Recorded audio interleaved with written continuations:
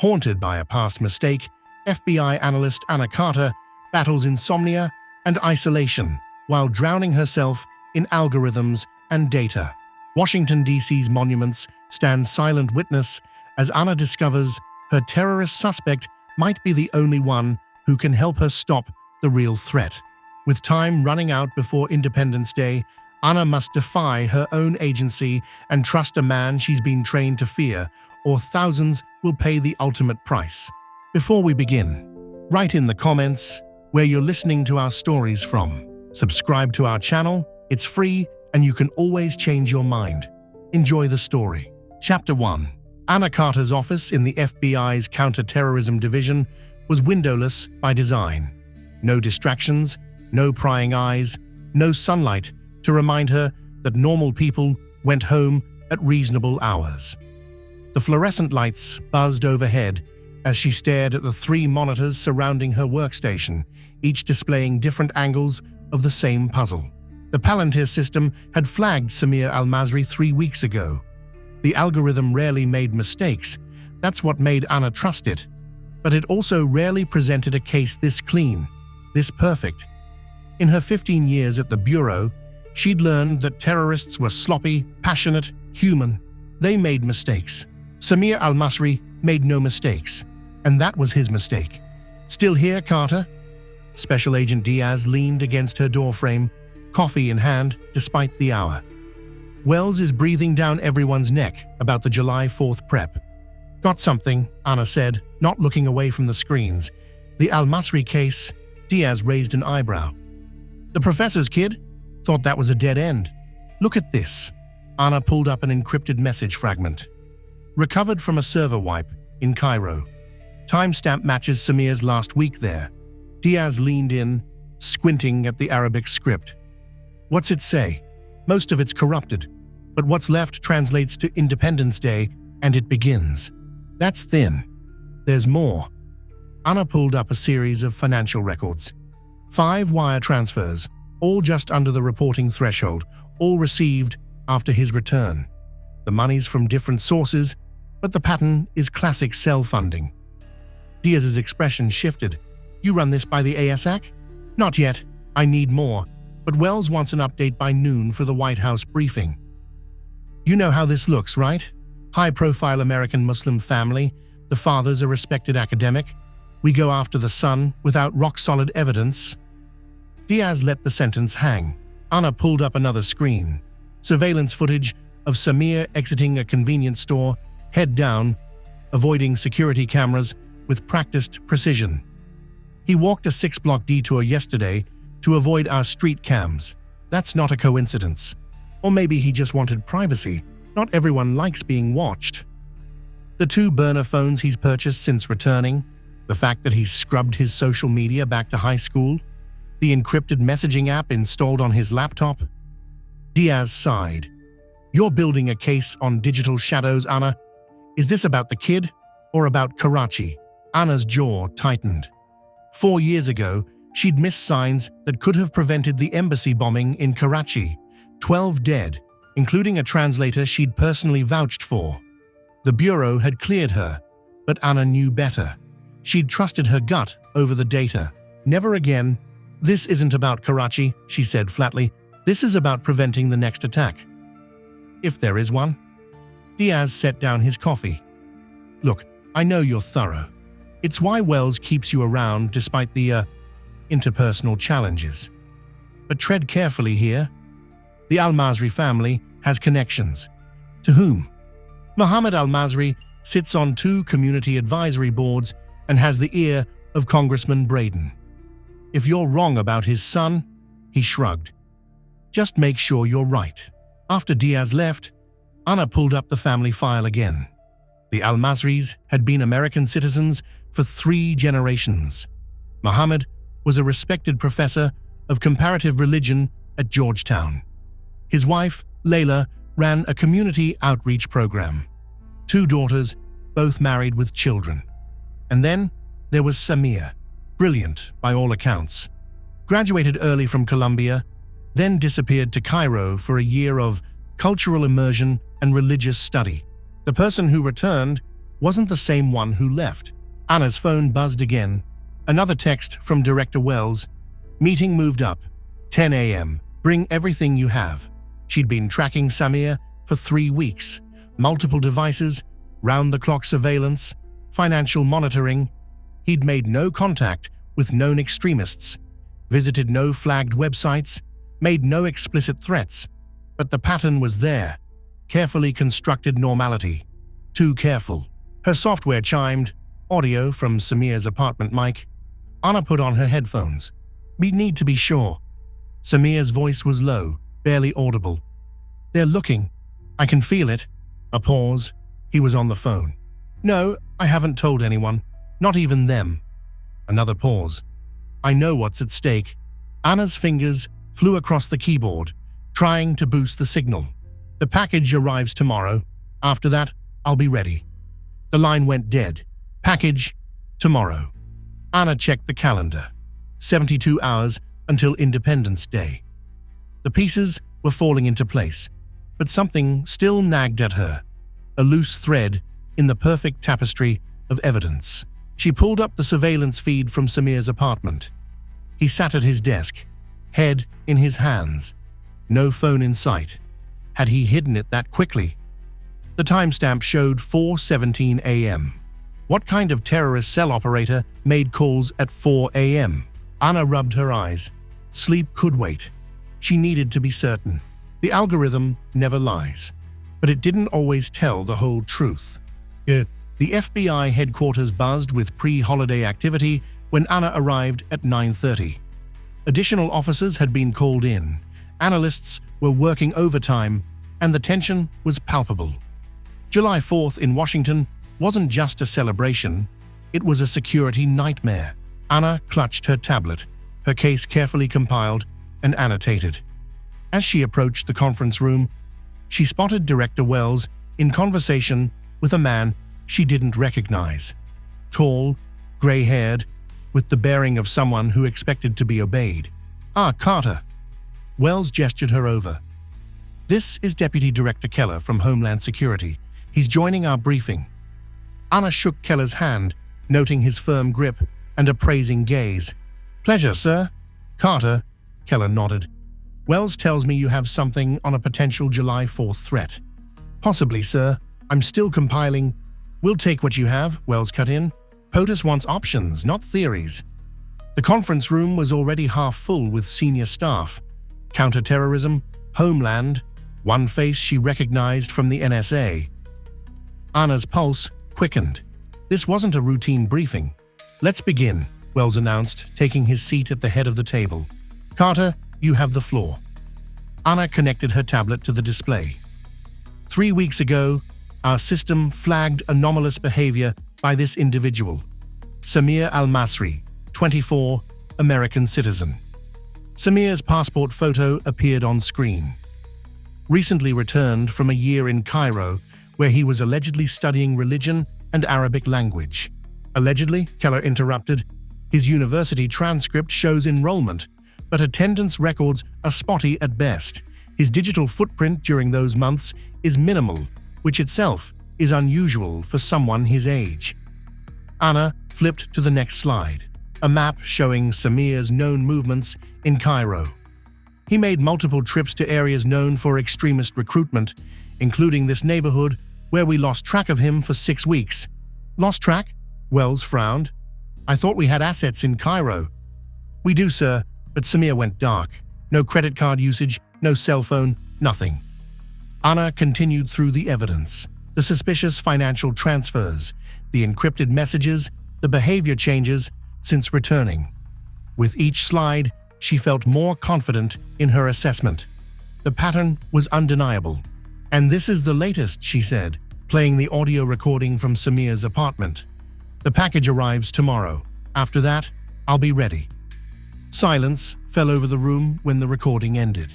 "What's in the package?" Wells asked. "Unknown, sir. But given the timing and the other evidence, I believe it could be components for an explosive device." "Speculation," someone muttered from the back. Anna's cheeks flushed.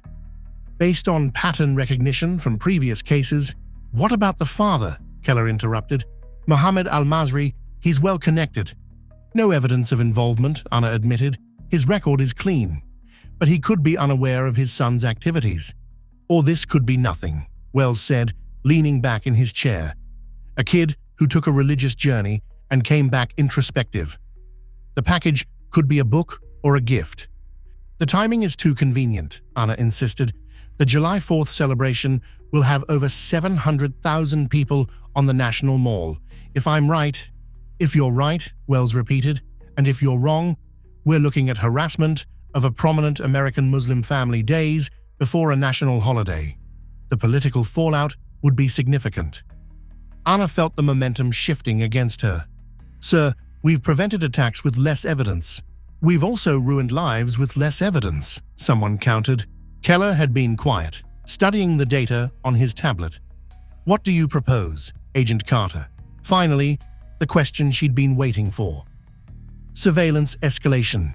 Physical tail, not just digital. And I want to know what's in that package when it arrives. That's all? Wells asked, surprised. For now. If the package contains anything suspicious, we move to detention and questioning.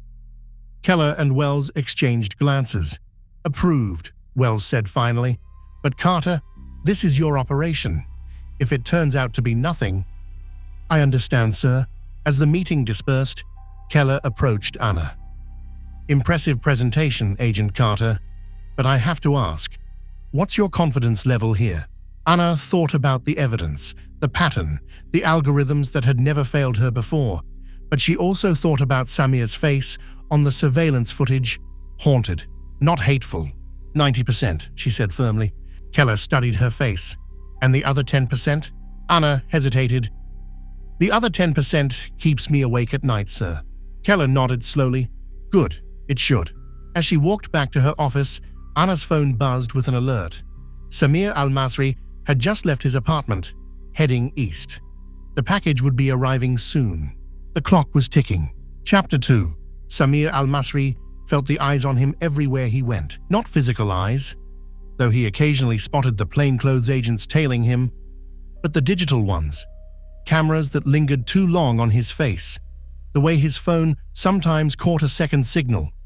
The too perfect timing of random security checks. They were watching. They just didn't know what they were seeing. He adjusted his backpack as he entered the small coffee shop 3 blocks from his apartment. He'd chosen this place carefully. Poor camera coverage, steady stream of customers, a back exit through the kitchen if needed. He ordered a black coffee and took a seat by the window where he could monitor the street.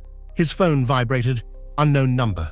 Package en route, courier ETA 30-min standard verification. Samir deleted the message immediately. He'd memorized the verification protocol weeks ago. Ask for ID, check the reference number against the one he'd been given. Inspect the seal. Simple steps that would confirm the package was from the right people. The coffee burned his tongue, but he barely noticed.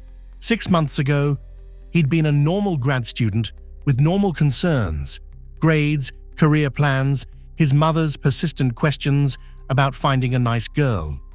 Then came Cairo, and everything changed. The bell above the door chimed. A petite woman in a blue hijab entered, carrying a small padded envelope. She scanned the room, her eyes passing over Samir without recognition, exactly as they'd been trained. She approached the counter and ordered. Samir waited. Patience had been the hardest lesson he'd learned in Egypt. The woman finished ordering and took a seat 2 tables away. She placed the envelope on the edge of her table, casual, as if she'd simply set down her belongings. Then she focused on her phone, seemingly oblivious to her surroundings. Samir counted to 60 in his head, then stood, leaving his coffee half-finished. As he passed her table, he stumbled slightly, his hand bracing against the edge, and in one smooth motion, the package disappeared into his jacket. "Sorry," he murmured, not making eye contact. The woman never looked up from her phone. Outside, Samir turned north, away from his apartment. If someone was watching the exchange, they'd expect him to go home with his prize. Instead, he walked 4 blocks to a busy shopping center, where he entered a department store, rode the escalator to the second floor, and slipped into a public restroom. In the privacy of a stall, he carefully opened the package. Inside was a USB drive, small, unmarked, and utterly unremarkable. Exactly what he'd been waiting for. His heart raced as he pocketed the drive and flushed the packaging down the toilet. The evidence was gone, but the weight in his pocket felt like a bomb ready to detonate. In a way, it was. Anna Carter watched the feed from the department store's security camera, her frustration mounting. "We lost him," the technician said apologetically. "The restroom doesn't have cameras, and there are 3 exits from that floor." "Find him," Anna snapped. "Check street cams, transit, everything." The package exchange had been smooth. So smooth she almost missed it. The woman was a professional courier. That much was clear. And now Samir had whatever was in that envelope. "Wait," she said suddenly. "Rewind the coffee shop footage. Focus on the woman." The technician complied, zooming in on the courier's face. "Run facial recognition." Seconds later, the system returned a hit. Farah Khalid, U.S. citizen, no criminal record. Employed by a local courier service that specialized in discreet deliveries. "Get me everything on Khalid, and I want the company's client list." Anna's phone rang. "Diaz, tell me you got the package," he said without preamble. "Negative," subject entered a blind spot, "but we ID'd the courier." Diaz swore. "Wells isn't going to like this. I need a warrant for Samir's apartment. Now that he has the package, we have cause." "Based on what? A suspicious handoff of an unknown item? No judge will sign that, especially with the Al-Masri name attached." Anna gripped the phone tighter. "Then what do you suggest? We wait until the mall is covered in body parts?" "Easy, Carter," Diaz warned. "I'm on your side, but we need more. Something concrete." Anna hung up without responding and turned back to the screens. Samir had vanished like a ghost, leaving only digital breadcrumbs that led nowhere. A new alert popped up on her screen. Samir's phone had just reconnected to the network. Location: Georgetown University campus. "Got him," she murmured. "Have a mobile unit meet me there." The campus was crowded with summer students when Anna arrived. She spotted Samir immediately, sitting alone on a bench beneath an oak tree, apparently engrossed in a textbook. He looked utterly normal, a student enjoying the summer day. Anna adjusted her sunglasses and took a seat at a table with a clear view of her target. 2 agents positioned themselves strategically nearby, close enough to move quickly if needed, far enough to avoid detection. Through her earpiece, she heard the team leader. "Subject has been stationary for 15 minutes. No contact with any other individuals." Anna studied Samir's body language. No signs of anxiety, no furtive glances. Either he was exceptionally well trained, or he truly didn't know he was being watched. Her phone vibrated, a message from the tech team. "Subject's laptop is active. Attempting remote access." The Bureau had sophisticated tools for bypassing security, but they weren't foolproof. If Samir had decent encryption, and Anna suspected he did, it would take time they didn't have. Movement caught her eye. Samir had closed his book and was now walking toward the university library. Anna waited 30 seconds, then followed. Inside, the library was cool and quiet. Anna located Samir on the 3rd floor, in a corner carrel, partially hidden by shelves. Perfect for privacy, perfect for covert activities. She positioned herself behind a nearby bookshelf, ostensibly browsing titles while keeping Samir in her peripheral vision. He'd connected his laptop to the university Wi-Fi. A strange choice if he was planning something illegal. University networks were notoriously monitored, unless that was the point.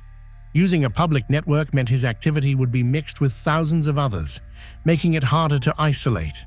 Through her earpiece, Technical is reporting unusual encryption on subject's device. Military grade. Anna's suspicions deepened. No ordinary student used that level of security. Her phone vibrated again. A message from the tech team with a partial screenshot captured from Samir's screen before the encryption kicked in. It showed what appeared to be a building schematic. Anna's pulse quickened. Schematics could mean targets. Targets meant an attack was in planning stages. She zoomed in on the image, trying to identify the building. Something about it seemed familiar. "Carter," came Diaz's voice through her earpiece. "We've got movement on Khalid the courier. She's made contact with another subject of interest." "Who?" "Omar Bashir, on the watch list for suspected ties to extremist groups." That was it. The final piece. Courier connects to Samir. Courier connects to watch-listed extremist. The circuit was complete. "I want authorization to bring Samir in," Anna said firmly. "We have enough." A moment of silence, then, "Wells is signing off. Stand by." Anna watched as Samir closed his laptop and began packing his bag. They couldn't let him leave. Not now. "Authorization confirmed," came the word. "Move in." Anna spoke clearly into her comm. "All units execute discreet containment." She stepped out from behind the shelves just as two agents appeared at the end of the row. Samir looked up, his expression shifting from confusion to something else. Not fear, Anna noted with interest, but resignation. "Samir Al-Masri," Anna displayed her badge. "FBI, we need you to come with us." Samir's eyes darted between the agents, calculating odds she knew were dismal. "Am I under arrest?" His voice was steady. "We have some questions about your activities since returning from Cairo." "I want a lawyer," he said immediately. "You'll have one," Anna assured him, gesturing for him to stand. "Your laptop and phone will need to come with us as well." As the agents moved in to secure him, Samir looked directly at Anna. "You're making a mistake," he said quietly. "You're looking at the wrong puzzle." Anna felt a chill, despite the warmth of the library. Those words echoed her own doubts, the nagging sense that something didn't fit. But the evidence was clear. The algorithm had spoken. And Anna Carter had learned to trust data over instinct. "Let's go, Mr. Al-Masri," she said firmly. "We have a lot to discuss." As they escorted Samir out, Anna's phone buzzed with a message from the tech team. Schematic identified, Capitol Building, West Wing. The pieces were falling into place. But as Anna watched Samir being led to the waiting vehicle, his head held high despite the handcuffs, she couldn't shake the feeling that they'd only scratched the surface of something much deeper. And time was running out. Chapter 3. The FBI interrogation room was deliberately designed to unnerve its occupants. Windowless, climate-controlled to be slightly too cold, with uncomfortable metal chairs and a table bolted to the floor. The overhead light cast harsh shadows, and the mirrored wall made no pretense about who might be watching.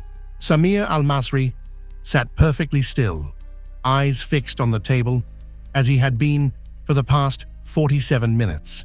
No fidgeting, no nervous glances at the mirror, no asking for water or requesting a bathroom break. His stillness was unnatural, trained. Behind the one-way glass, Anna Carter studied him alongside Diaz and the Bureau's top interrogator, Dr. Elaine Winters. "He's well prepared," Winters observed.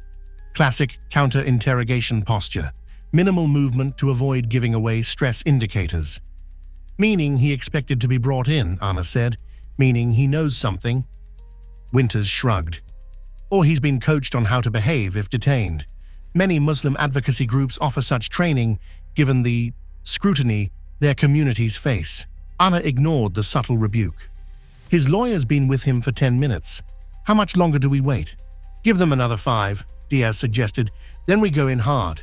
The lawyer, Jeremy Hoffman, was a specialist in national security cases, far more sophisticated than the public defender Anna had expected.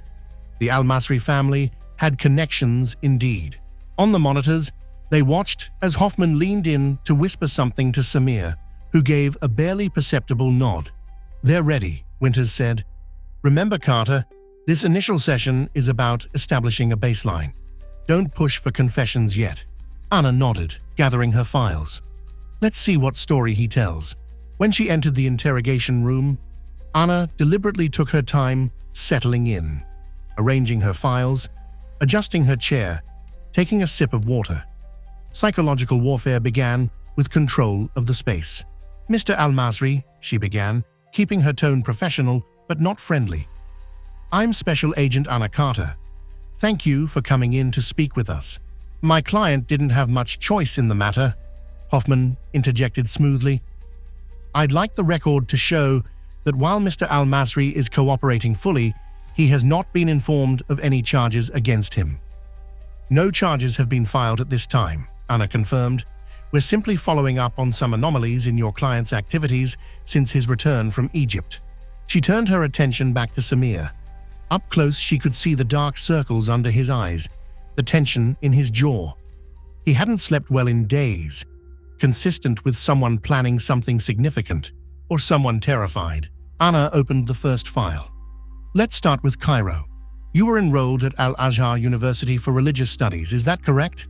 Yes, Samir answered, his voice surprisingly soft, and yet your attendance records show significant gaps, weeks where you were neither in class nor at your registered housing.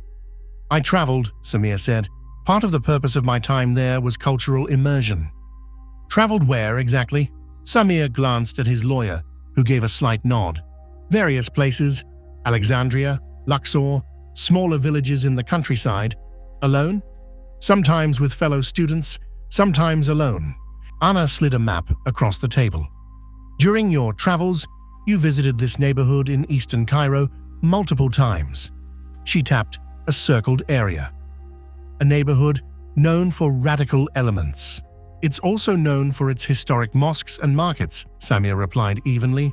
Thousands of tourists visit every week. Did you make any contacts there?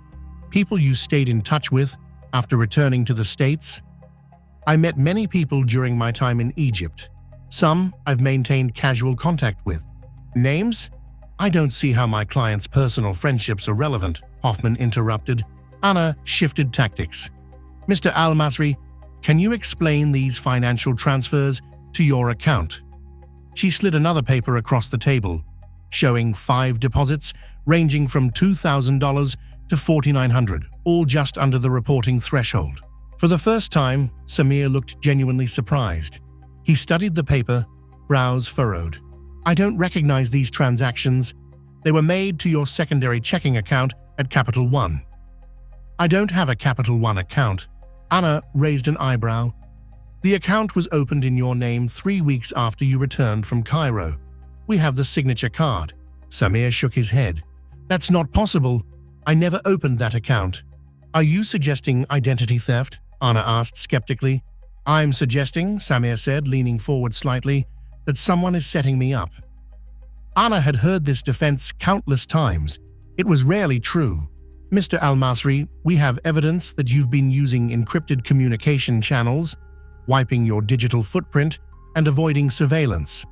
Just today, you received a package from a courier with connections to extremist elements.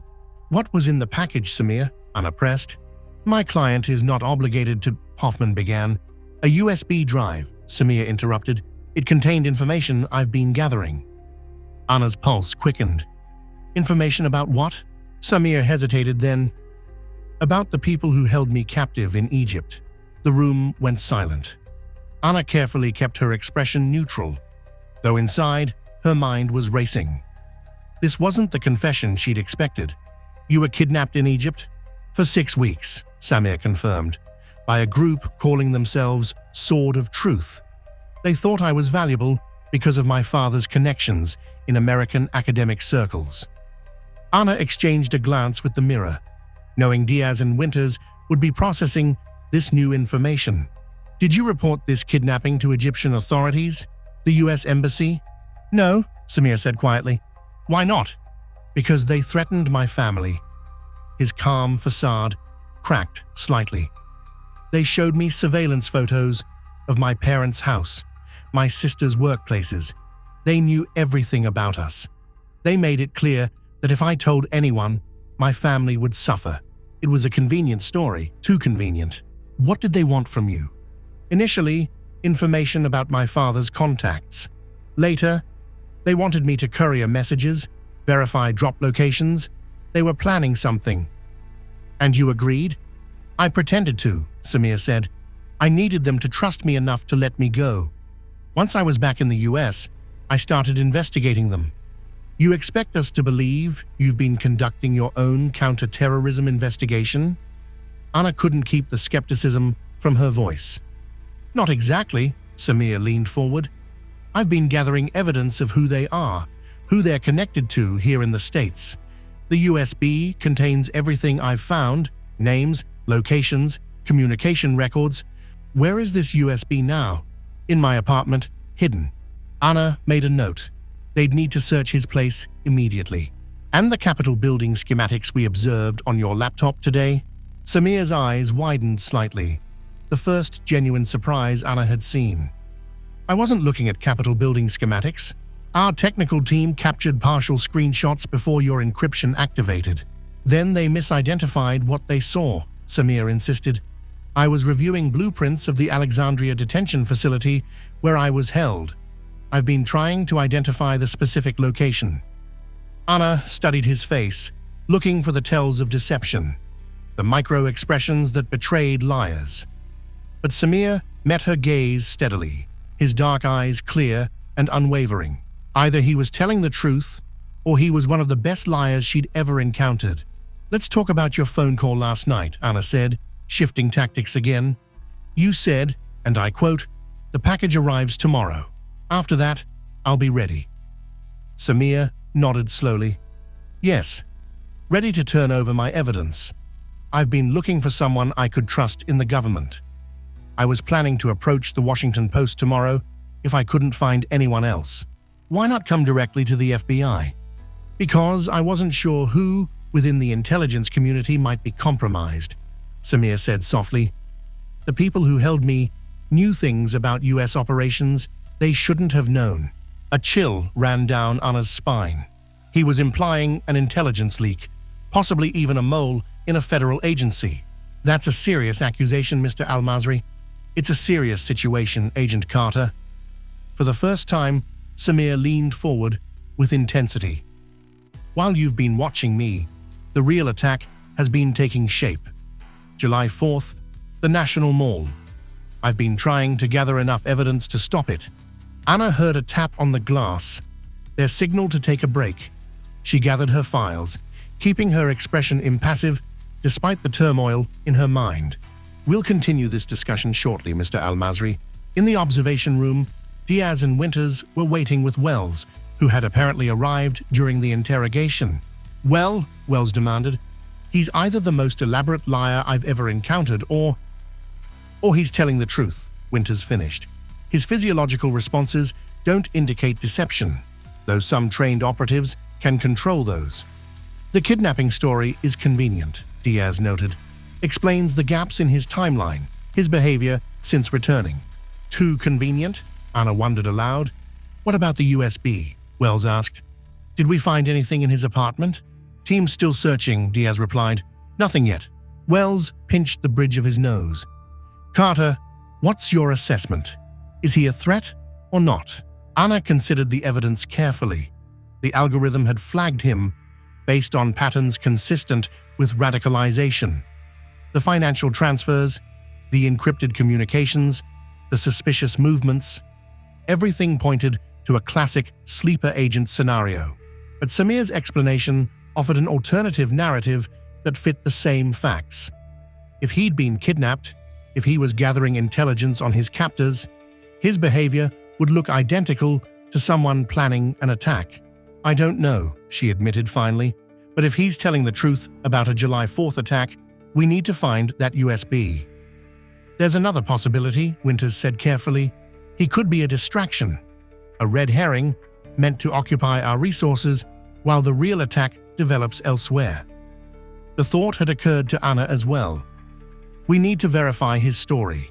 Check if there are any reports of missing Americans in Cairo during his time there. Any chatter about kidnappings. Already on it, Diaz confirmed. We're also running deeper background on the courier, Farah Khalid. If she's connected to known extremists, what about the family? Wells asked. The father might know something. Anna shook her head. Samir was explicit that his family doesn't know anything. If we approach them and his captors are watching, fine, Wells decided. Keep him isolated for now. No contact with family or outside parties except his lawyer. Carter, I want you back in there. Push harder on the USB and this alleged attack. We need specifics." As the others filed out, Winters held Anna back. "Be careful," the psychologist warned. "He's connecting with you." "What do you mean?" Notice how he addresses his answers to you, not to the room, how he uses your name. He's trying to establish a human connection, make you see him as a person, not a suspect. "That doesn't mean he's guilty," Anna pointed out. "No," Winters agreed, "but it means he's smart, and smart people, guilty or innocent, can be dangerous when cornered." Anna returned to the interrogation room with a fresh strategy. Instead of sitting across from Samir, she took the seat adjacent to him, reducing the psychological distance. She placed a single photograph on the table between them. "Do you recognize this man?" Samir studied the image, a bearded man in his 30s, captured by a security camera. "Yes," he said after a moment. "His name is Tariq. He was one of my captors." Anna noted the lack of hesitation. "Tariq what?" "I never learned his full name, but he was the one who spoke the most English. The one who—" Samir's voice faltered slightly. "The one who conducted the interrogations." "This man," Anna said evenly, "is Tariq Nasser. He entered the United States 2 weeks ago on a legitimate business visa. He was spotted yesterday near the Washington Monument." Samir's face drained of color. "Then it's happening. They're here." "What's happening, Samir? I need details, names, targets." "Everything is on the USB," he insisted. "I've been piecing it together for months. Notes, photos, intercepted communications. The attack is targeting the fireworks ceremony on the mall. Thousands of people in one place." "What kind of attack? Explosives?" Samir shook his head. "Something worse. They were developing a chemical agent in Egypt. Weaponized, fast-acting. They called it Shihab, Meteor. And you know this how? I overheard conversations, saw shipment manifests. When they thought I was cooperating, they became less careful around me." Anna leaned forward. "Samir, if you're telling the truth, why keep this to yourself for so long? People could die." "Because I needed proof." His composure finally cracked. "Do you have any idea what it's like to come back home and know that no one will believe you? That you'll be seen as the threat? I'm a Muslim man with a suspicious gap in my travel history. Who would take my word over evidence that I'm the terrorist?" The raw emotion in his voice gave Anna pause. Fear, frustration, desperation, all genuine responses. "If Tariq is in Washington," Samir continued, his voice quivering slightly, "then they're in the final stages. The USB will give you everything. Their safe houses, their contacts, the components they've been gathering." "And where exactly is this USB?" Samir hesitated. "If I tell you, I need guarantees. Protection for my family." "We can discuss witness protection options if your information proves valuable," Anna replied carefully. "Not good enough." Samir's eyes hardened. "These people infiltrated the highest levels of Egyptian intelligence. They have connections here too. I need to know my family will be safe before I tell you anything else." Anna recognized the impasse. Samir was leveraging the only card he had left. "I'll see what I can arrange," she said, standing. "In the meantime, we'll continue searching your apartment." "You won't find it," Samir said with certainty, "not unless I tell you where to look." As Anna reached the door, Samir called after her. "Agent Carter." She turned. "The clock is ticking. You have less than 48 hours." In the command center, chaos reigned. The detention of Samir Al-Masri had escalated the threat level, and every available agent was now working the case. "What do we know about this Shihab agent?" Wells demanded as Anna joined the briefing. "Nothing concrete," Diaz admitted. "We've queried our chemical weapons databases, reached out to Langley. If it exists, it's new or highly classified." "Or he's making it up," someone suggested. "The courier is our best lead," Anna insisted. "Farah Khalid delivered the package. If we find her, we might find the USB." "Khalid disappeared," Wells said grimly. "Apartment cleared out, phone deactivated." Anna felt the pieces shifting again. That supports Samir's story. If she's connected to the cell, she'd go dark after making contact with him. Or if she delivered evidence that could expose the cell, Diaz countered. We still don't know which side of this Samir is on. Anna turned to the digital evidence board, where Samir's life had been mapped out in excruciating detail. Every connection, movement, and transaction scrutinized for patterns. We're missing something, she murmured. We're missing the USB, Wells corrected. Without it, we're chasing shadows. Anna studied the timeline of Samir's movements since returning from Cairo. Every day accounted for, every location tracked. Except here, she pointed to a gap in the surveillance. 3 weeks ago, Samir visited his family home in Virginia, stayed for 6 hours. No electronic devices active during that time. You think he hid the USB there? Wells looked skeptical. Why involve his family if he's been so careful to protect them? Not involve, Anna realized, just using a safe place. Somewhere he controls, but doesn't frequently visit. Somewhere we wouldn't look immediately. Wells considered this. The father is politically connected. We'll need a warrant, and even then, it's sensitive. We don't have time for sensitivities, Anna argued. Not if the threat is real. After a moment's deliberation, Wells nodded. Get the warrant, but Carter, tread lightly. The political fallout from raiding a prominent Muslim academic's home 2 days before July 4th could be catastrophic. Understood, Anna said, already reaching for her phone. I'll handle it personally. The Al-Masri family home sat on 2 acres in a wealthy Virginia suburb, a colonial-style mansion with manicured gardens and a circular driveway. As the FBI vehicles pulled up, Anna noticed the security cameras mounted discreetly around the property. High-end, motion-activated. Mohammed Al-Masri met them at the door before they could knock, his expression a mixture of concern and controlled anger. Is this about Samir? He demanded, ignoring the warrant Anna held out. We've been trying to reach him since yesterday. Mr. Al-Masri, I'm Special Agent Anna Carter. We have a warrant to search your property in connection with an ongoing investigation. My son is not a terrorist, Mohammed said firmly as agents began filing past him into the house. Whatever you think he's done, you're mistaken. Anna studied the father carefully, distinguished, articulate, with the same intense gaze as his son. Mr. Al-Masri, when was the last time you spoke with Samir? 2 days ago. He called to check on his mother, as he does every week. Did he seem different? Anxious, perhaps? Mohammed hesitated. Samir has been changed since Egypt. More reserved, less like himself. We assumed it was the intensity of his studies. Did he tell you about any problems he had there? Threats? Dangerous situations? No, Mohammed frowned. Why? Was he in danger? Before Anna could respond, Diaz appeared in the doorway. Sir, ma'am, you might want to see this. He led them to what appeared to be Samir's childhood bedroom, preserved like a shrine to his academic achievements. Trophies, diplomas, and family photos covered the walls. We found this, Diaz said, indicating a loose floorboard beneath the bed. From the hidden compartment, he produced a small metal box. Inside was a USB drive and a handwritten letter. Mohammed stared at the items in confusion. I don't understand. What is this? Anna carefully bagged the USB. Evidence, potentially. Mr. Al-Masri, I need to ask you and your wife to come with us for your protection. Protection? From what? Mohammed demanded. Anna chose her words carefully. There's reason to believe your family may be at risk. Until we determine the nature of that risk, we'd like to place you in protective custody.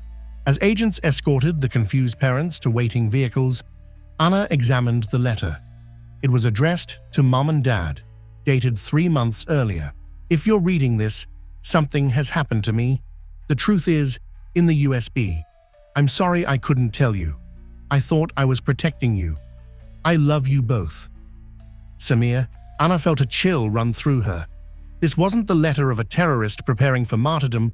This was the contingency plan of a young man who feared for his life. Her phone rang. The technical team back at headquarters. Carter, she answered. We've started analyzing the USB, the technician reported. Agent, you need to see this. Now.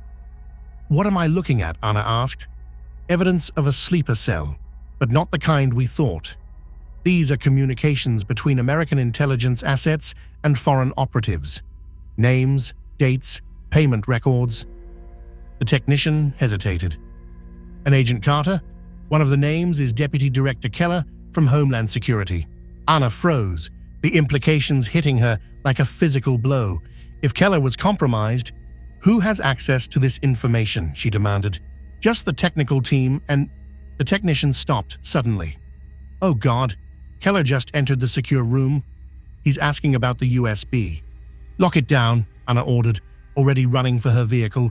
Don't let anyone access that data. I'm on my way. As she sped back toward headquarters, Anna's mind raced through the possibilities.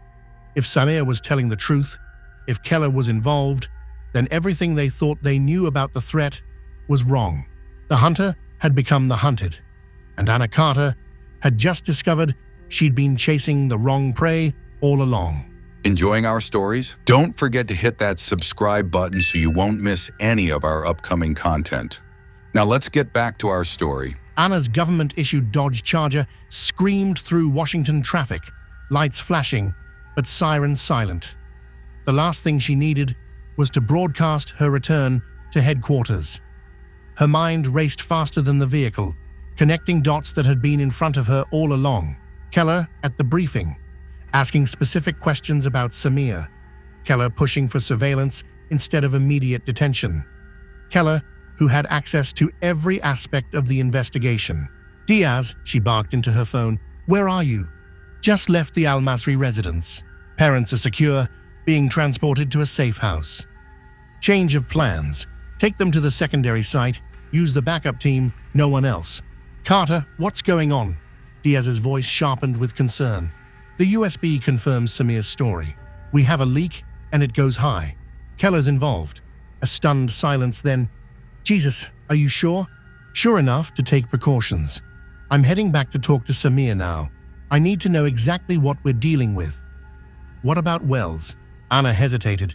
Keep him out of the loop until I confirm Keller's involvement. We don't know how wide this goes. You're talking about a deputy director of Homeland Security, Carter. If you're wrong, I know the stakes, she cut him off. Just secure the family and stand by for my call. Anna ended the call as she pulled into the underground parking garage at FBI headquarters. Instead of using her standard credentials at the security checkpoint, she opted for her emergency override, a procedure that limited digital tracking of her entry. The building's usual bustle seemed suddenly threatening. Any face could belong to someone compromised, any security camera could be monitored by the wrong eyes. She took the stairs instead of the elevator, emerging on the detention level slightly out of breath. 2 guards stood outside Samir's holding room. I need 10 minutes with the prisoner, she told them, flashing her badge. Ma'am, we have orders that no one speaks to him without authorization from Director Wells or Deputy Director Keller, the senior guard replied. This comes directly from Wells, Anna lied smoothly. There's been a development in the case. The guard hesitated, then nodded. 10 minutes.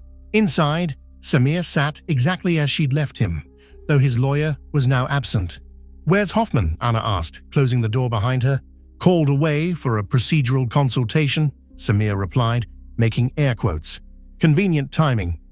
Anna pulled a chair close to Samir, lowering her voice. We found the USB at your parents' house. My technical team has begun analyzing it. Samir's posture changed instantly, relief flooding his features. Then you know I'm telling the truth. I know that the USB contains evidence potentially implicating Deputy Director Keller in connection with foreign operatives. What I don't know is whether this evidence is legitimate or an elaborate frame job. It's legitimate, Samir insisted. Dates, locations, account numbers. I tracked the money trail myself. How? Anna pressed. You're a graduate student, not an intelligence analyst.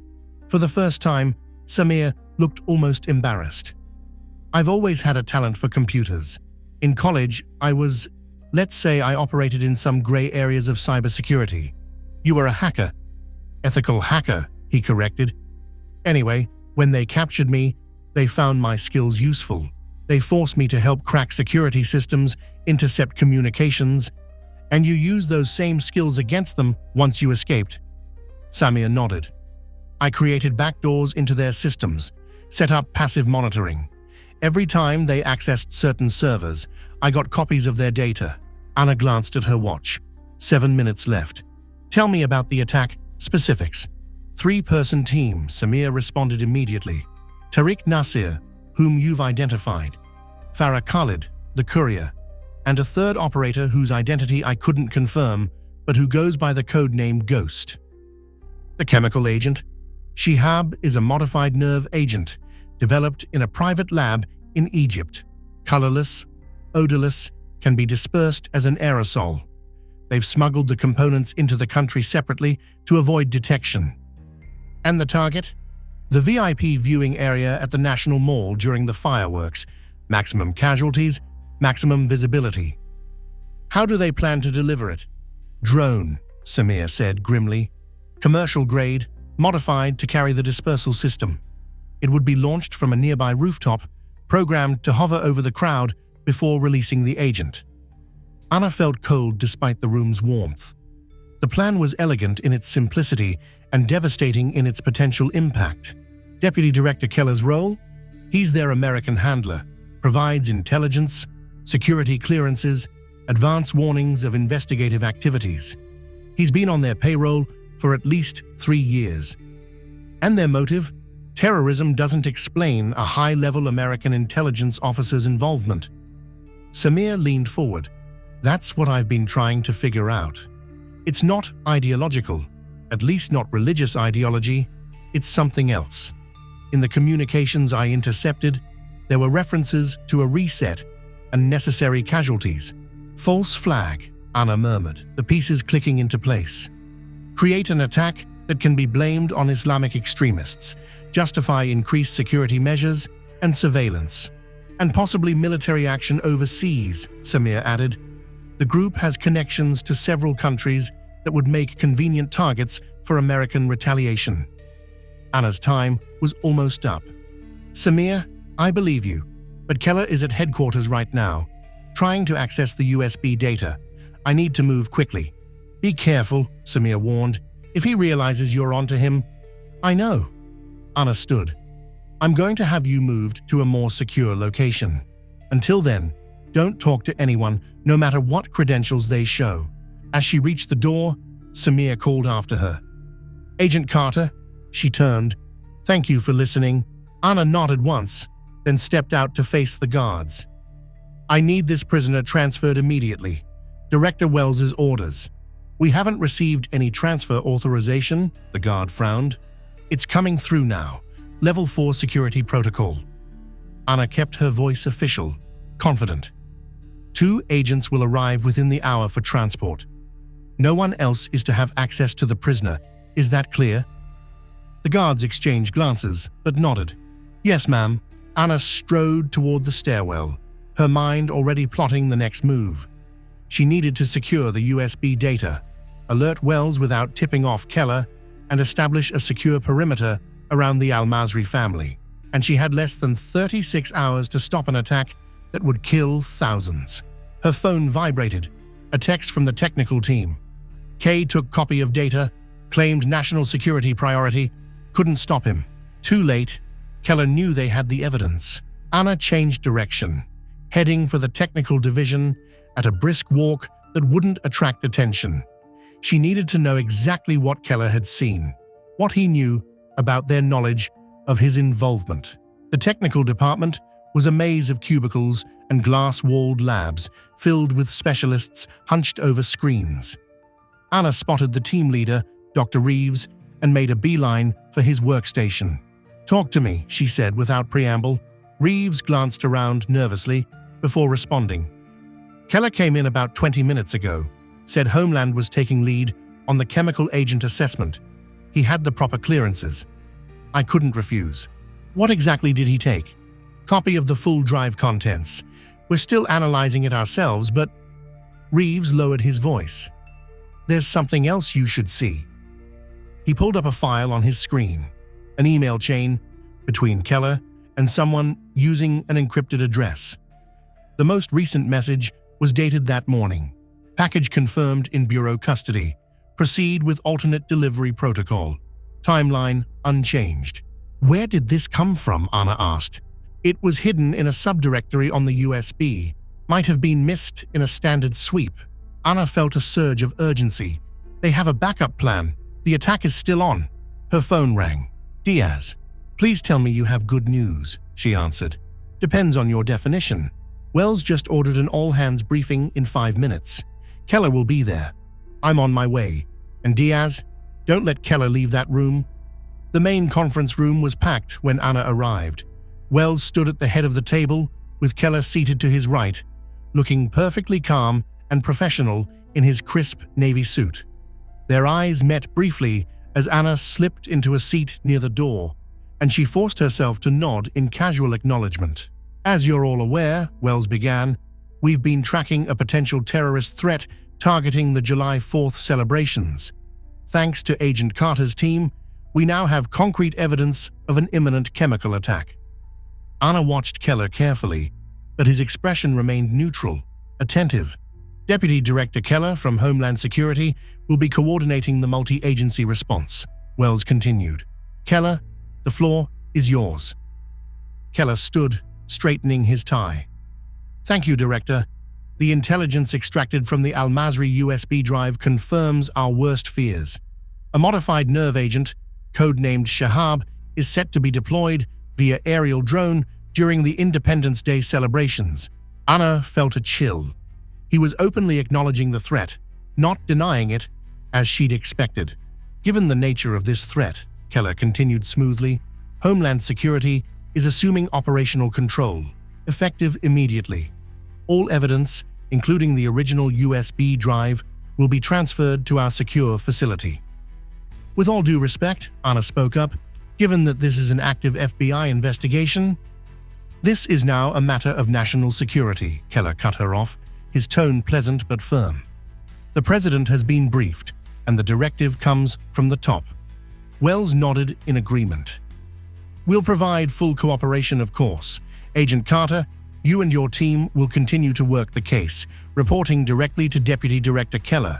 Anna realized with growing alarm what was happening. Keller wasn't running. He was consolidating control. Taking over the investigation meant he could misdirect resources, bury evidence, and ensure the attack proceeded as planned. Sir, she addressed Wells, before we transfer jurisdiction, I'd like to present some additional findings that may impact our response strategy. Wells glanced at his watch. Keep it brief, Carter. Anna connected her tablet to the room's display system. In analyzing the USB contents, we've identified not just the attack details, but the network behind it, including, she paused for effect, evidence of a high-level government official providing inside information to the terrorist cell. The room went silent. Anna could feel Keller's eyes boring into her. That's a serious allegation, Wells said carefully. The evidence is substantial, Anna replied, pulling up the financial records, wire transfers, encrypted communications, security clearance abuse patterns.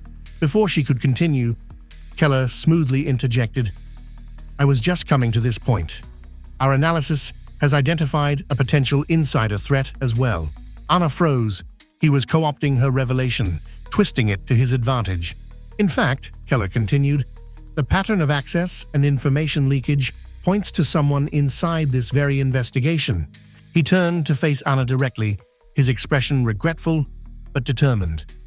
Agent Carter, I'm afraid the evidence rather clearly implicates you. The room erupted in murmurs of shock and disbelief.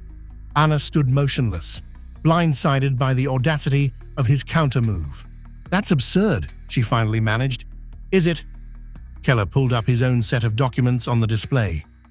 Multiple unauthorized access attempts to classified databases, unsanctioned surveillance operations, communication with the suspect prior to his official detention. Anna looked to Wells, whose expression had hardened with concern. Sir, he's trying to discredit me because I've discovered his involvement. The USB contains direct evidence linking Deputy Director Keller to the terrorist cell. A convenient claim, Keller said sadly, and one I anticipated once you realized we were closing in on you. Director Wells, I recommend Agent Carter be placed on administrative leave pending a full investigation. Wells looked between them, clearly torn. These are serious accusations in both directions. Check the USB data yourself, Anna insisted. The evidence against Keller is irrefutable. The data which you had exclusive access to for several hours? Keller raised an eyebrow. Data which could have been altered. Diaz stood up from his seat across the room. Sir, I can confirm that Agent Carter's actions throughout this investigation have been by the book. If there's any question of impropriety, your loyalty is commendable, Agent Diaz, Keller interrupted, but perhaps misplaced. Your close working relationship with Agent Carter might cloud your judgment. Anna watched as her credibility was systematically dismantled. Keller had played this perfectly, using her own discovery against her, isolating her from her allies, all while maintaining control of the investigation. Perhaps we should all take a step back, Wells suggested, clearly uncomfortable with the deteriorating situation. Until we can verify these competing claims. Sir, Anna said urgently, we don't have time. The attack is still planned for tomorrow. If we delay now, the investigation will proceed under Homeland Security jurisdiction, Keller stated firmly. Agent Carter, please surrender your weapon and credentials pending review. Anna looked around the room, seeing the uncertainty in her colleagues' faces. Even Diaz appeared helpless against the weight of Keller's authority and the damning evidence he'd presented. In that moment, Anna Carter made a decision that would change everything. No, she said quietly. Excuse me? Wells looked startled. I said no. Anna stood taller. I will not surrender my credentials or my weapon. Not when thousands of lives are at stake. Not when the person asking is the same one planning to murder American citizens on their nation's birthday. Carter, Wells warned, think very carefully about your next move. I have, sir. Anna moved toward the door. And I'm choosing to stop this attack, with or without official sanction. Keller's composed facade cracked slightly. Detain her, he ordered the security personnel by the door. Anna was prepared. As the guards moved toward her, she staged a stumble that sent her crashing into the fire alarm on the wall. Instantly, sirens blared throughout the building, and the emergency protocols engaged, including the automatic unlocking of all standard security doors. In the momentary confusion, Anna slipped out of the conference room and into the crowded hallway, where agents and staff were already evacuating in response to the alarm. She had minutes, at most, before the building was locked down, and her face was on every security screen in Washington. But she also had one critical advantage. She knew what Keller was planning, while he could only guess at her next move. Anna melted into the crowd of evacuating employees, already formulating her plan. She needed to get to Samir, secure him before Keller's people could. Then, she needed allies, people she could trust, absolutely. And finally, she needed to identify the attack site and stop it before tomorrow evening, all while being hunted by every federal agency in the district. As she emerged into the bright sunlight of the plaza outside FBI headquarters, Anna Carter took one last look at the building where she'd built her career. Then, she disappeared into the crowd, a ghost in the system she'd once served. The hunter had become the hunted, and the clock was still ticking. Chapter 5, 0 Hour. The safe house was technically no longer safe, given Anna's current status, but it was off the books, a holdover from an operation 3 years earlier that had never been properly decommissioned.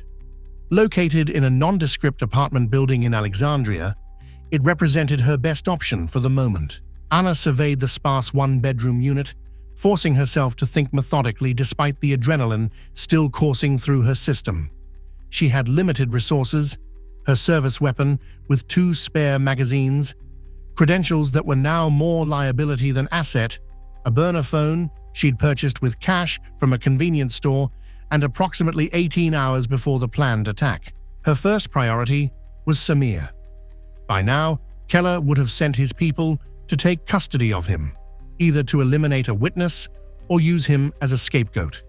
Either way, Anna needed to reach him first.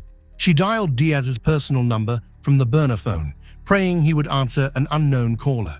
3 rings then. "Who is this?" "It's me," Anna said quietly. "Are you alone?" A pause. "Yes." "What the hell happened back there, Carter?" "The building's on lockdown, there's a bolo out with your face on it, and Keller's telling everyone you've had some kind of breakdown." "Keller's playing defense. He knows I can prove his involvement, so he's discrediting me before I can expose him. Even if that's true, and I'm not saying it isn't, you pulled a fire alarm and fled a federal building. That doesn't exactly scream innocent." "I needed time," Anna replied. "Where's Samir?" Another pause. "Being transferred to a Homeland Security facility. Keller's orders." Anna's heart sank. "When?" "Transport team arrived about 20 minutes after you left. FBI escort, everything by the book." "Was the prisoner secured?" "What?" Diaz sounded confused. "Was Samir physically in custody when you saw him last?" "No, I didn't see the actual transfer. Why?" Anna closed her eyes briefly. "Because I don't think Keller wants Samir in custody. I think he wants him eliminated." "Christ, Carter." Diaz's voice lowered. "Do you hear yourself? You're talking about a deputy director ordering an assassination." "Check the transfer record," Anna insisted. "Call the receiving facility, confirm Samir arrived safely. And if he didn't, then you know I'm telling the truth." The line went silent for several seconds. Finally, Diaz spoke again. "What do you need?" Relief flooded through her. "First, I need to know if the Al-Masri parents are secure. They're at the secondary safe house in Bethesda. 2 agents on rotation, standard protection protocol." "Good. Second, I need you to quietly access the traffic camera network. Look for the transport vehicle that took Samir. Track its actual route." "That'll take time. We don't have much," Anna reminded him. "And Diaz, watch your back. If Keller suspects you're helping me..." "I got it. Stay low. I'll call when I have something." Anna ended the call and turned her attention to the second priority, identifying the exact target location. Samir had mentioned the VIP viewing area on the National Mall, but that covered significant ground. She needed specifics. She opened her burner phone's web browser and searched for July 4th, Washington, D.C. VIP viewing. The results confirmed what she suspected. Multiple VIP areas would be established, including a primary one near the Washington Monument for government officials and another near the Lincoln Memorial for corporate sponsors and celebrities. If she were planning this attack, which would she target? The government section would have tighter security but higher value targets. The corporate area would be more accessible but less symbolically significant. Anna's phone buzzed. "Diaz." The transport vehicle turned off its designated route 8 minutes after departure, he reported without preamble. "They disabled the GPS, but I caught them on a traffic cam heading east on New York Avenue. Then nothing." "East?" Anna frowned. "There's nothing east except..."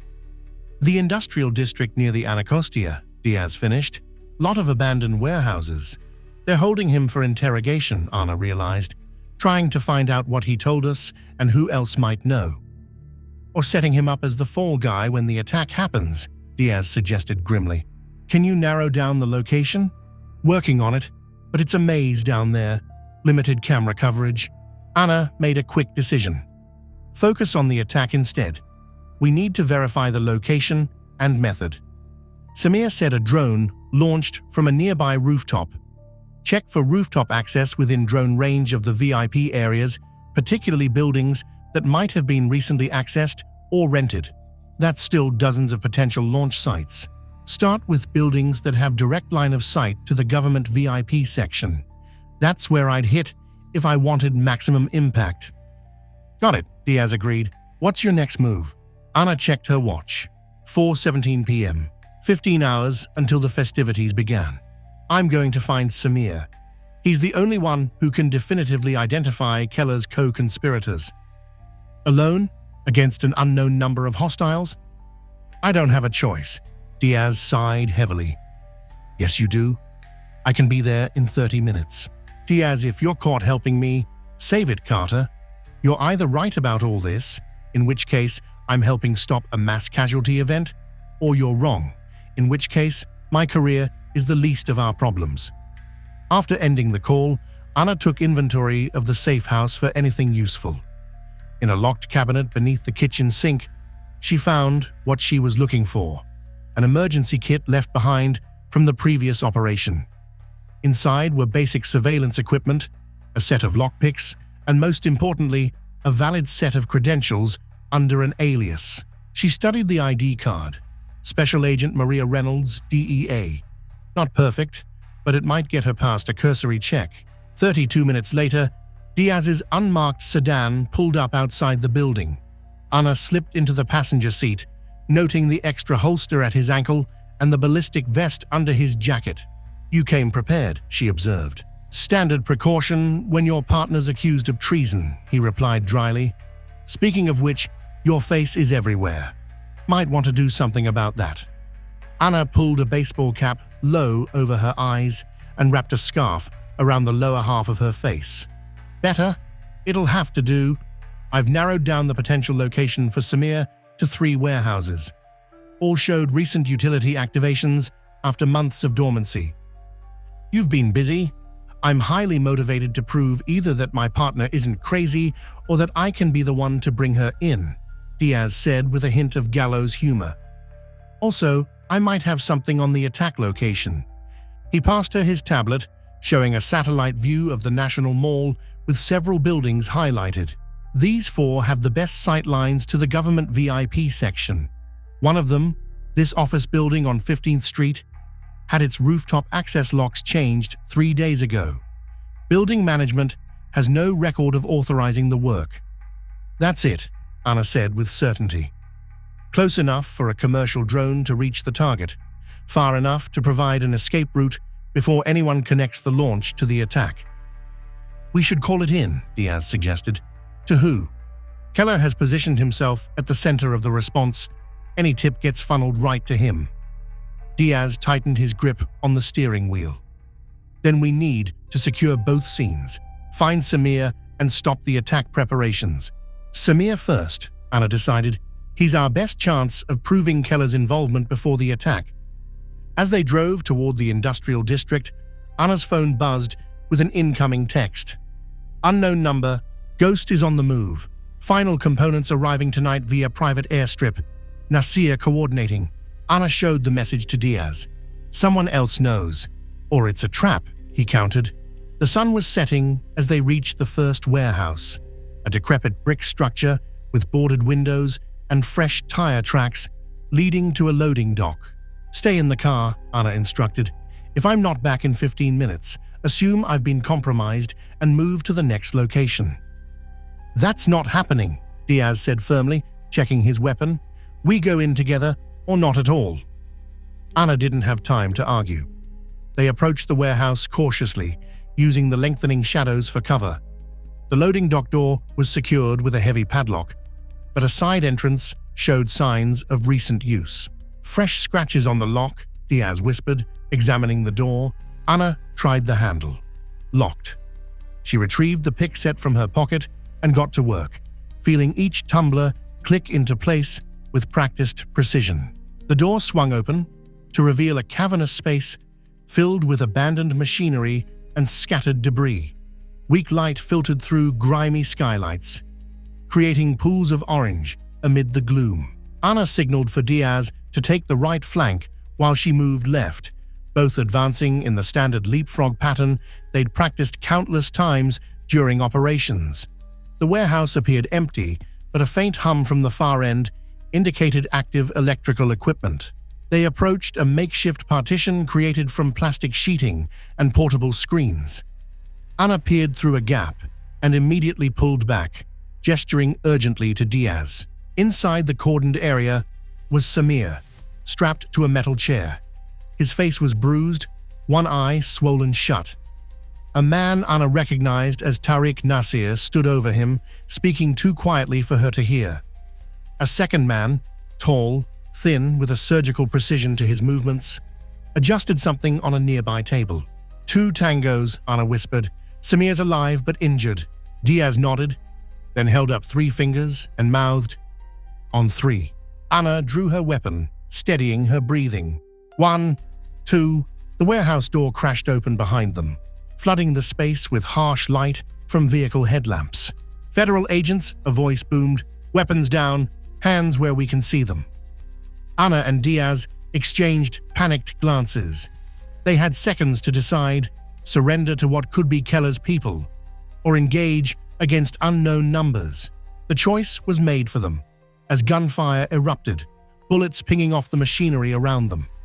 Ana grabbed Diaz's arm and pulled him behind a massive piece of industrial equipment. "FBI," Diaz shouted. "Cease fire, friendly units." The only response was another burst of bullets. Inside the partitioned area, Ana could see frantic movement. Tariq grabbed Samir, hauling him roughly from the chair, while the second man gathered items from the table. "They're extracting Samir," Ana hissed. "We can't let them take him." Diaz peeked around cover, then ducked back as bullets ripped into the metal above his head. At least 5 shooters by the entrance. "We're outgunned." Ana scanned their surroundings, looking for options. The skylight above them was partly broken, jagged glass hanging precariously. "Cover me," she decided. "I'm going after Samir. You create a diversion toward the main entrance." "That's suicide," Diaz protested. "No choice." Ana checked her magazine. "On my signal, lay down suppressing fire toward the entrance, then work your way around to the east side. There's an emergency exit that should lead to the alley." Diaz looked like he wanted to argue further, but gave a curt nod instead. "Be careful." Ana took a deep breath, then shouted, "Now!" Diaz leaned out, firing a controlled burst toward the warehouse entrance, while Ana sprinted for the partition. Bullets whizzed past her, uncomfortably close, as she slid behind another piece of equipment. From her new position, she could see Tariq and his associate dragging Samir toward a rear exit. Samir was conscious, but barely able to walk, his feet dragging on the concrete floor. Ana calculated the distance and angles, then made her decision. She rolled from cover and sprinted forward, zigzagging between shadows and equipment. "Freeze!" she shouted, weapon raised as she cleared the partition. "FBI, let him go." Tariq spun, his hand moving toward his waistband. Ana didn't hesitate. She fired once, catching him in the shoulder. He staggered backward, cursing in Arabic. The second man immediately released Samir, who crumpled to the floor and raised his hands. "Don't shoot." Ana kept her weapon trained on both men. "On your knees, hands behind your head." Behind her, the gunfire near the entrance had intensified. Diaz was buying her time, but it wouldn't last long. "Samir," she called, not taking her eyes off the suspects, "can you move?" Samir raised his head, his one good eye focusing on her with difficulty. "Agent Carter, I'm getting you out of here." Ana edged closer to the fallen man, while keeping her weapon steady. "Can you stand?" "I think so." Samir struggled to his knees, then to his feet, swaying slightly. The second man, the one Ana now suspected was Ghost, remained unnervingly calm despite the chaos. "You have no idea what you're interfering with, Agent Carter." "I know enough," Ana replied. "You're planning a chemical attack on civilians to advance a political agenda. That's all I need to know." "You think this is about politics?" Ghost smiled thinly. "This is about necessity, a controlled catastrophe to prevent a greater one."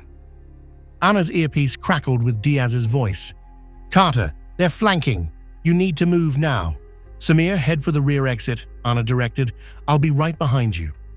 As Samir stumbled toward the door, Ana kept her weapon trained on the two men.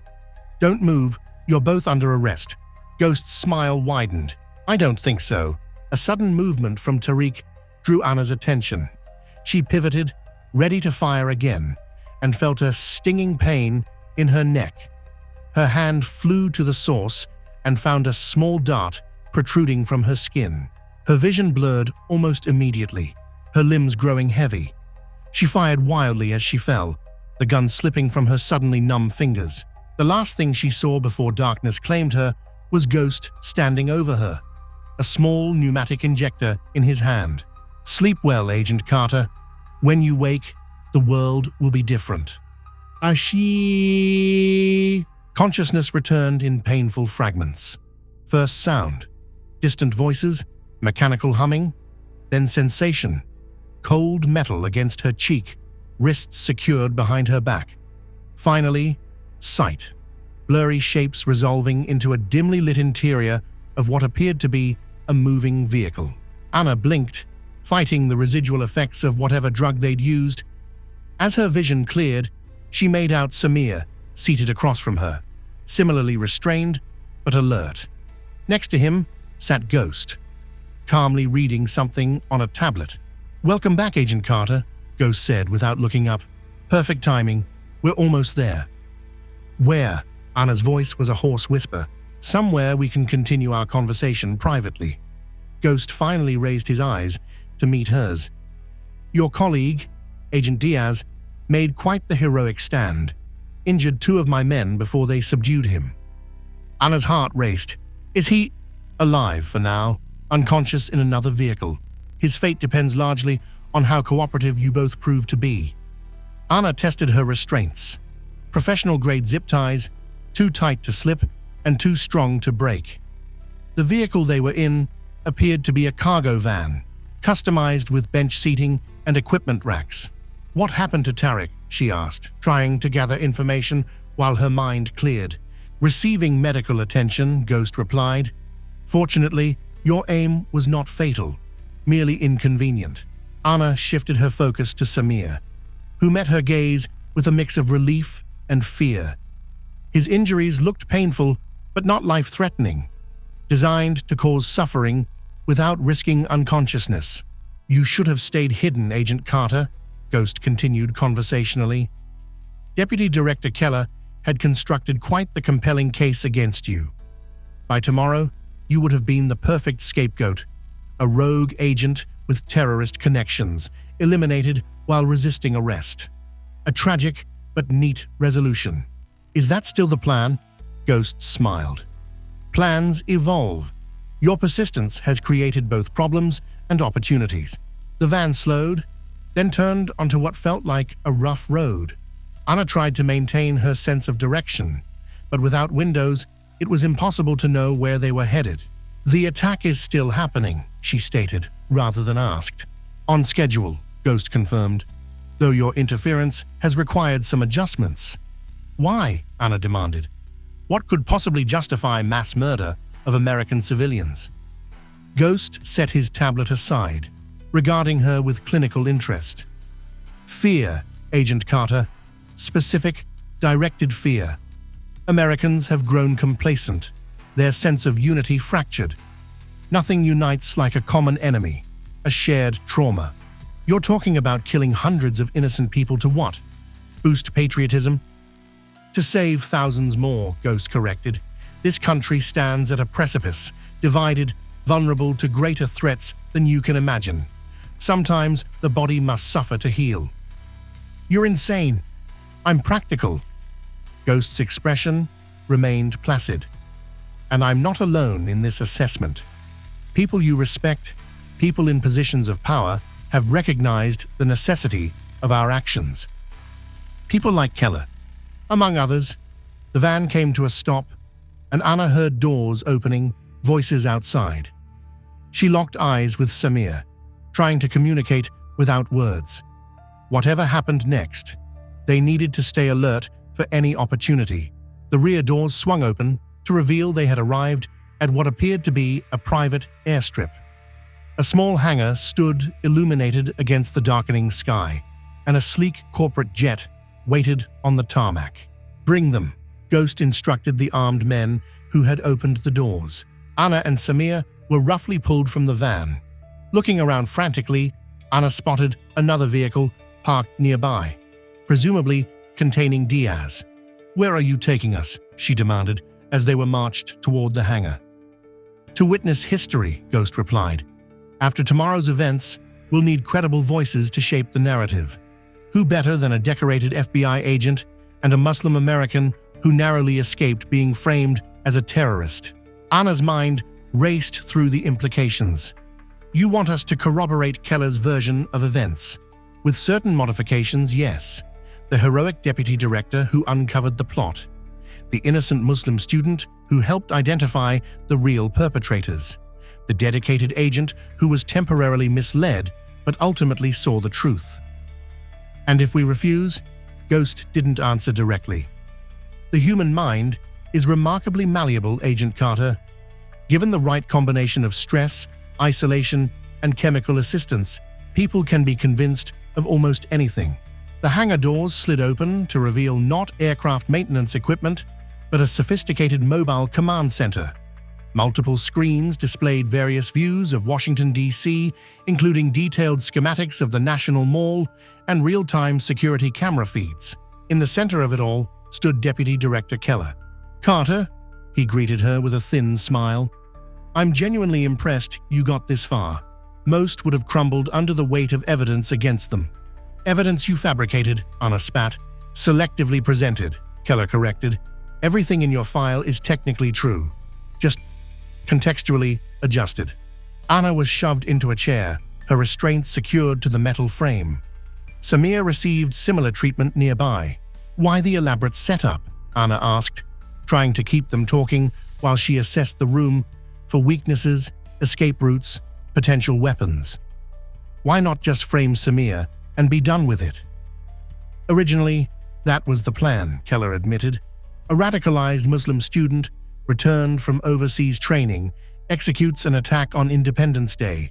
Clean, simple, effective. But I complicated things by investigating him." "You were remarkably thorough," Keller nodded. "We'd anticipated routine surveillance, not your level of dedication. So you adapted, made me the fall guy instead. Again, you proved unexpectedly resilient." Keller sounded almost admiring. "So we've had to adapt further. Now, you and Mr. Al-Masri will play different roles in our narrative."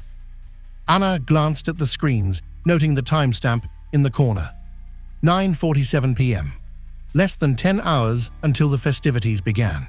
"The drone is in position," one of the technicians reported. "Final payload assembly commencing." Keller turned to Ghost. "Status on our friend?" "En route," Ghost replied. "ETA 20 minutes. "Friend?" Anna questioned. Keller smiled coldly. "Every story needs a proper villain, Agent Carter. Someone for the American people to direct their anger toward. Someone expendable." The realization hit Anna like a physical blow. "You're going to blame a real person. Someone who has no idea they're being set up. Someone with the right profile," Keller confirmed. "Radical views, documented anti-American sentiment, recently entered the country. The perfect patsy. You'll murder them too, once they've served their purpose."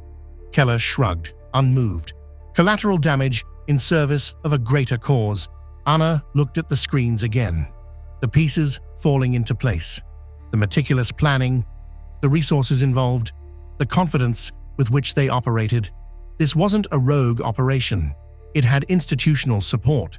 "How high does this go?" she asked quietly. "High enough," Keller replied. "Let's just say there are those in government who understand the concept of necessary sacrifice. After tomorrow, public opinion will demand action. Increased domestic surveillance, aggressive foreign intervention, enhanced security measures. The very policies currently hamstrung by privacy concerns and civil liberties debates. You're creating a crisis to exploit it. We're creating clarity, Agent Carter, a defining moment that will reunify this country under a common purpose." Anna's gaze drifted to Samir, who had been silently observing the exchange. His expression was one of controlled fury, his eyes never leaving Keller. "You misjudged him," Anna said, nodding towards Samir. "You thought he'd be an easy target because of his background, his religion. But he outplayed you, gathered evidence against you." "A temporary inconvenience," Keller dismissed. "Though I admit, his skills proved surprising. We could have used someone with his talents." "You still underestimate him," Anna continued, trying to buy time, to keep them talking. "And you're underestimating the American people. They won't unite behind fear. They'll see through your manipulation." Keller's expression hardened. "Your faith in the public's discernment is touching but misplaced.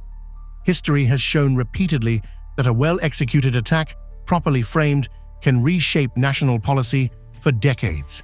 A commotion outside drew their attention.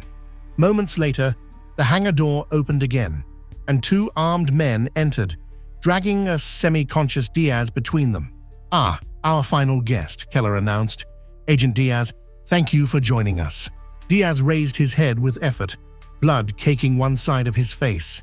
His eyes found Anna's, and she saw in them not defeat, but determination. "You won't get away with this," Diaz growled. "Too many people involved, too many loose ends." "On the contrary," Ghost interjected smoothly, "everyone here has been carefully vetted, their loyalty secured through various means. After tomorrow, most will disappear to new identities, new lives. The benefits of proper planning." As Ghost spoke, Anna noticed something strange. A subtle change in the security camera feeds on the monitors. One screen briefly flickered, then stabilized, but showing a slightly different angle than before. Someone was manipulating the feeds. Anna kept her expression neutral, not wanting to draw attention to what might be their only hope. If someone had located them, if help was coming. "Our package has arrived," a technician announced, checking a tablet. "Security perimeter reports delivery vehicle approaching the east gate." Keller nodded with satisfaction. "Excellent. Prepare for transfer and final briefing." Anna could see genuine excitement in his eyes, the fervor of a true believer on the verge of realizing his vision. That made him even more dangerous. "Director," she said, trying a different approach. "Whatever you believe you're accomplishing tomorrow, the cost is too high. These are American lives you're sacrificing. Sometimes the shepherd must cull the flock to save it," Keller replied. "Tomorrow's casualties will serve a greater purpose than they ever could in life." "And what about us?" Anna asked, glancing between herself, Samir, and Diaz. "What's our purpose in your grand plan?" Keller smiled thinly. "That depends entirely on your capacity for cooperation. Willing participants are always preferable to forced ones." Before Anna could respond, the lights in the hangar suddenly cut out, plunging the space into darkness, save for the dim glow of the monitor screens. "Generator," Keller barked, "get the backup power online." In the momentary confusion, Anna felt, rather than saw, someone behind her chair. A voice whispered in her ear, barely audible, "When it happens, be ready to move." Then a small object was pressed into her bound hands, a knife. The backup generators kicked in seconds later, red emergency lighting bathing the hangar in an eerie glow. Keller and Ghost were shouting orders, security personnel rushing to secure the perimeter. Anna worked the knife against her restraints, feeling the zip tie begin to give. Across from her, she could see Diaz struggling against his bonds, creating a diversion with his movements.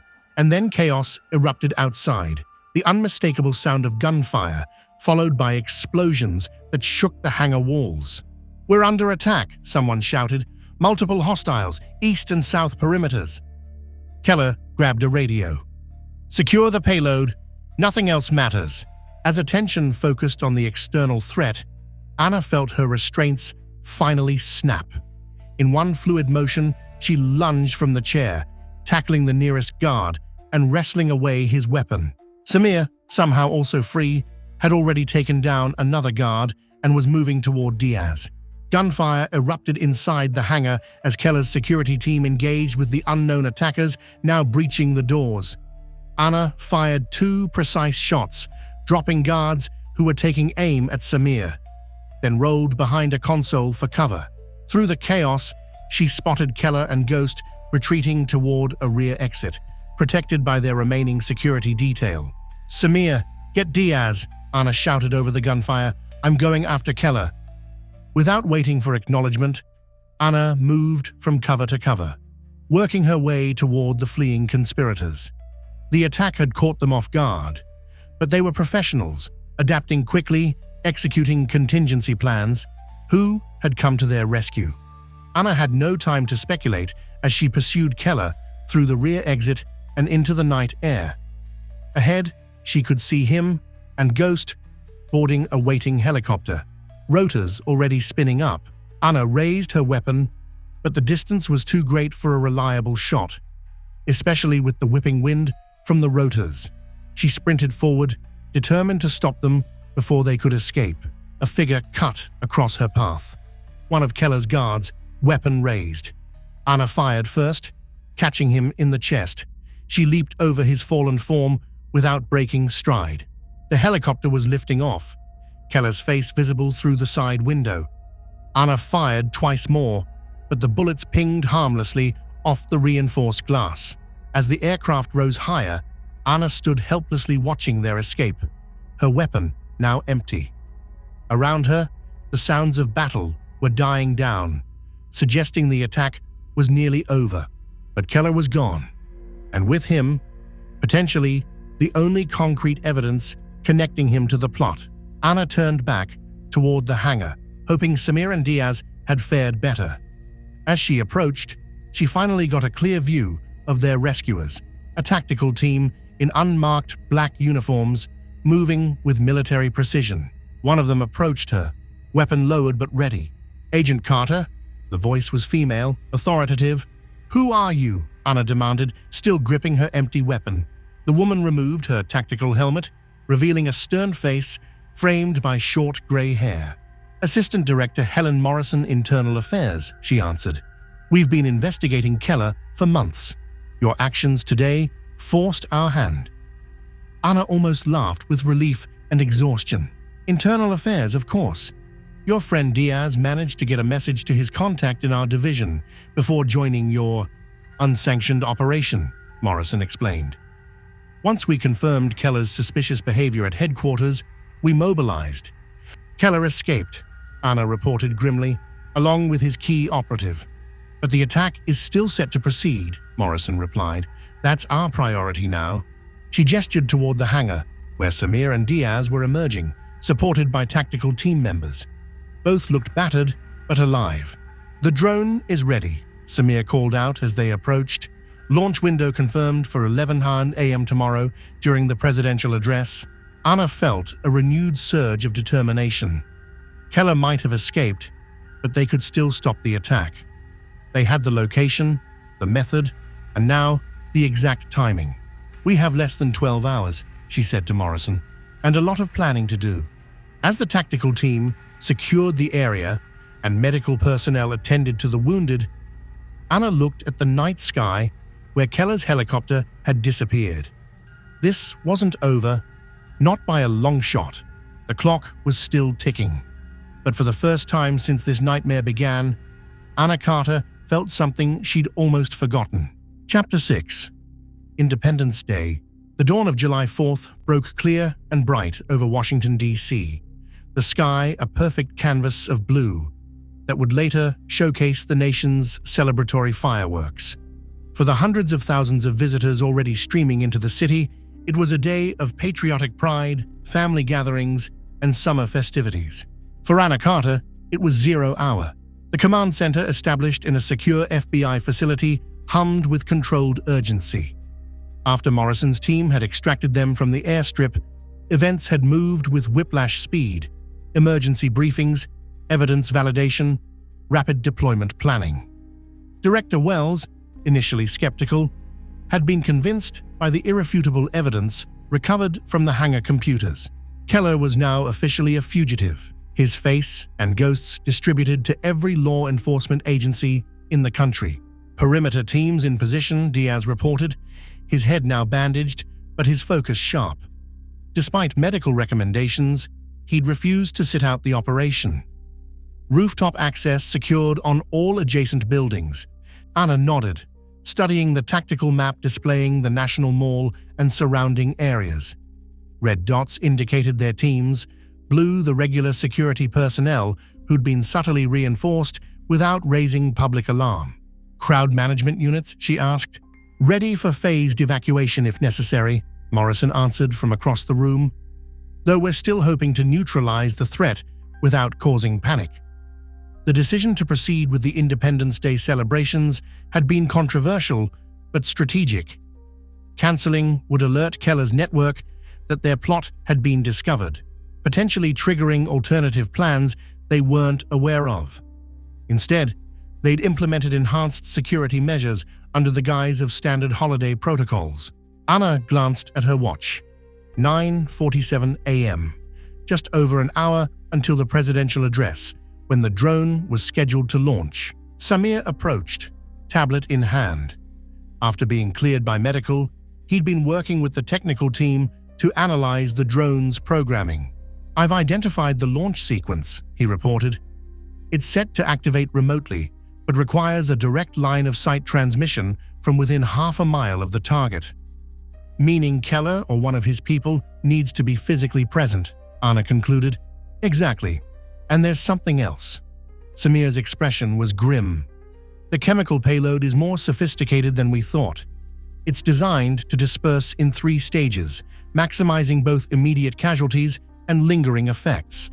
Can it be neutralized remotely?" Samir shook his head. "Not without risking premature detonation. We need physical access to the drone." Anna turned to Morrison. "What about the office building on 15th Street? Any sign of the drone?" "Thermal imaging shows something matching the size profile on the northwest corner of the roof," Morrison confirmed. "Bomb squad is standing by, but they're keeping distance until we can confirm it's not being monitored." Anna made a decision. "I want to lead the approach team. I know what we're looking for better than anyone." Morrison hesitated, then nodded. "Approved. Take Diaz and 2 tactical specialists. The rest of us will maintain command and control here." "What about me?" Samir asked. "You're our drone expert," Anna replied. "I need you here, talking me through the disarming process once we locate it." As the team gathered their equipment, Director Wells pulled Anna aside. "Carter, I owe you an apology," he said quietly. "I should have trusted your instincts." "You followed protocol," Anna replied without rancor. "Keller played us all." "Still," Wells looked troubled. "A deputy director of Homeland Security. The vetting process, the security clearances, how did we miss it?" "Because he believes he's right," Anna said simply. "The most dangerous people always do." The tactical van moved through morning traffic with deliberate normalcy. The team inside dressed as maintenance workers rather than federal agents. Their weapons and equipment were concealed in toolboxes and supply bags, standard counter-terrorism protocol for crowded public spaces. Anna checked her comlink. "Command, this is Carter. Approaching target building. ETA 3 minutes." "Copy that," Morrison's voice replied. "Surveillance reports no unusual activity at the site. Access credentials are active." The building itself was a nondescript office tower, half occupied by various businesses and government contractors. Their cover story, emergency HVAC maintenance, had been coordinated with building security. "Remember," Anna instructed as they pulled into the service entrance, "normal behavior until we reach the roof. If Keller has surveillance on the building, we don't want to tip him off." They passed through the lobby with practiced casualness, taking the service elevator to the top floor. From there, a maintenance stairwell led to the roof access door. "Diaz, you're on point," Anna directed as they approached the final door. "Jensen, Ramirez, secure the perimeter once we're out. I'll locate and assess the device." Diaz nodded, drawing his weapon and positioning himself by the door. "Ready when you are." Anna took a deep breath. "Execute." The team moved onto the roof with swift efficiency, securing the area in seconds. The morning sun beat down on the tar paper surface as Anna scanned for the drone. There, in the northwest corner, as reported, concealed beneath a weatherproof cover. From a distance, it looked like routine HVAC equipment. "Target located," she reported, approaching for assessment. As Anna drew closer, caution slowed her steps. The cover was secured with what appeared to be standard bungee cords, but subtle markings around the edges suggested tampering sensors. "Samir, I'm sending you visual," she said, activating the body camera on her tactical vest. "I need guidance before proceeding." "Receiving," Samir confirmed. After a moment, "I see it. The cover is rigged. See the thin wire running along the southern edge? That's a tamper alarm." "Can I disarm it?" "Yes, but carefully. You'll need to cut the wire at exactly the point where it connects to the power source, the small black box at the corner of the cover." Anna retrieved a small pair of wire cutters from her kit. With steady hands, she snipped the wire precisely where indicated. "Good," Samir affirmed. "Now you can remove the cover, but do it slowly. There may be pressure sensors underneath." Anna carefully lifted the cover to reveal what lay beneath. A sophisticated drone, larger than consumer models, but smaller than military versions. Attached to its underside was a sleek canister with digital controls. "I have visual on the payload," she reported.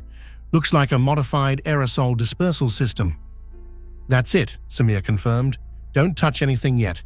I need to see the control panel." Anna positioned her camera for a better view of the drone's electronics. "It's armed and ready," Samir said after studying the display. "Set to receive a launch command at precisely 11 a.m. The good news is that it hasn't been activated yet. The bad news is that the dispersal system has a tampering failsafe, meaning if we try to remove it, it detonates," Samir finished grimly. "Our best option is to disarm the receiver first, then the payload." As Samir guided her through the delicate process of accessing the drone's communication system, Anna's comm crackled with Morrison's voice. "Carter, be advised. Facial recognition has picked up a match for Ghost approximately 3 blocks from your position. He's on the move toward the mall."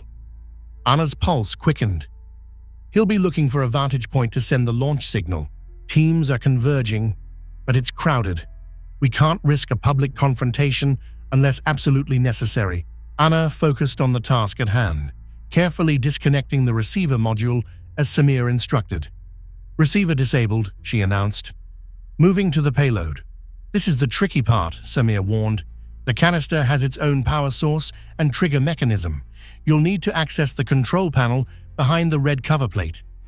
Anna located the plate and cautiously removed it to reveal a complex array of wires and circuits. Now the blue wire connected to the timing circuit. You need to disconnect it without disturbing the adjacent pressure sensor. With painstaking precision, Anna detached the wire. The digital display on the canister blinked, then went dark. "Payload disarmed," she confirmed, exhaling slowly. "Command, the drone is neutralized." "Excellent work," Morrison replied. "But we still have a problem. Ghost has disappeared in the crowd, and we just received intelligence that Keller has been spotted near the Lincoln Memorial." Anna cursed under her breath. "They have a backup plan, or they're trying to escape," Diaz suggested. "The Lincoln Memorial has multiple exit routes, including the Arlington Memorial Bridge." "No," Anna shook her head. "They wouldn't give up this easily, not after years of planning." She thought quickly, reviewing what they knew about the plot. "Samir, could they have a second drone? A backup device?" "Possible," Samir's voice came through the comm, "but unlikely given the complexity and cost of the system. More likely, they'd have an alternative delivery method for the chemical agent." "Like what?" "Given the size of the area they're targeting, perhaps the ventilation system for the VIP viewing stands or the water misters installed for crowd cooling." The misters. Anna recalled seeing them being installed the previous day. Portable systems to help combat the July heat, positioned around the VIP areas. "Morrison, check the misting systems at the VIP sections," she ordered, already moving toward the roof exit. "They could be using those to disperse the agent." "On it," Morrison confirmed. "I'm diverting teams now." Anna and her team raced back through the building and onto the street, where the crowds were thickening as the presidential address approached. They pushed through the masses, badges out, calling for people to make way. The VIP section near the Lincoln Memorial was cordoned off, with security checkpoints controlling access. Anna flashed her credentials to the Secret Service agents at the perimeter. "FBI counterterrorism," she identified herself breathlessly. "We have intelligence about a potential threat to the misting systems." The lead agent didn't question her, immediately activating his comlink. "All units, suspend operation of cooling systems pending security sweep." Anna could see the misting units positioned strategically around the VIP seating area. Tall, slender poles with fine nozzles designed to release cooling mist for the comfort of dignitaries in the summer heat. "There," Diaz pointed toward the far end of the section, where a maintenance worker was examining one of the units. "That's Ghost."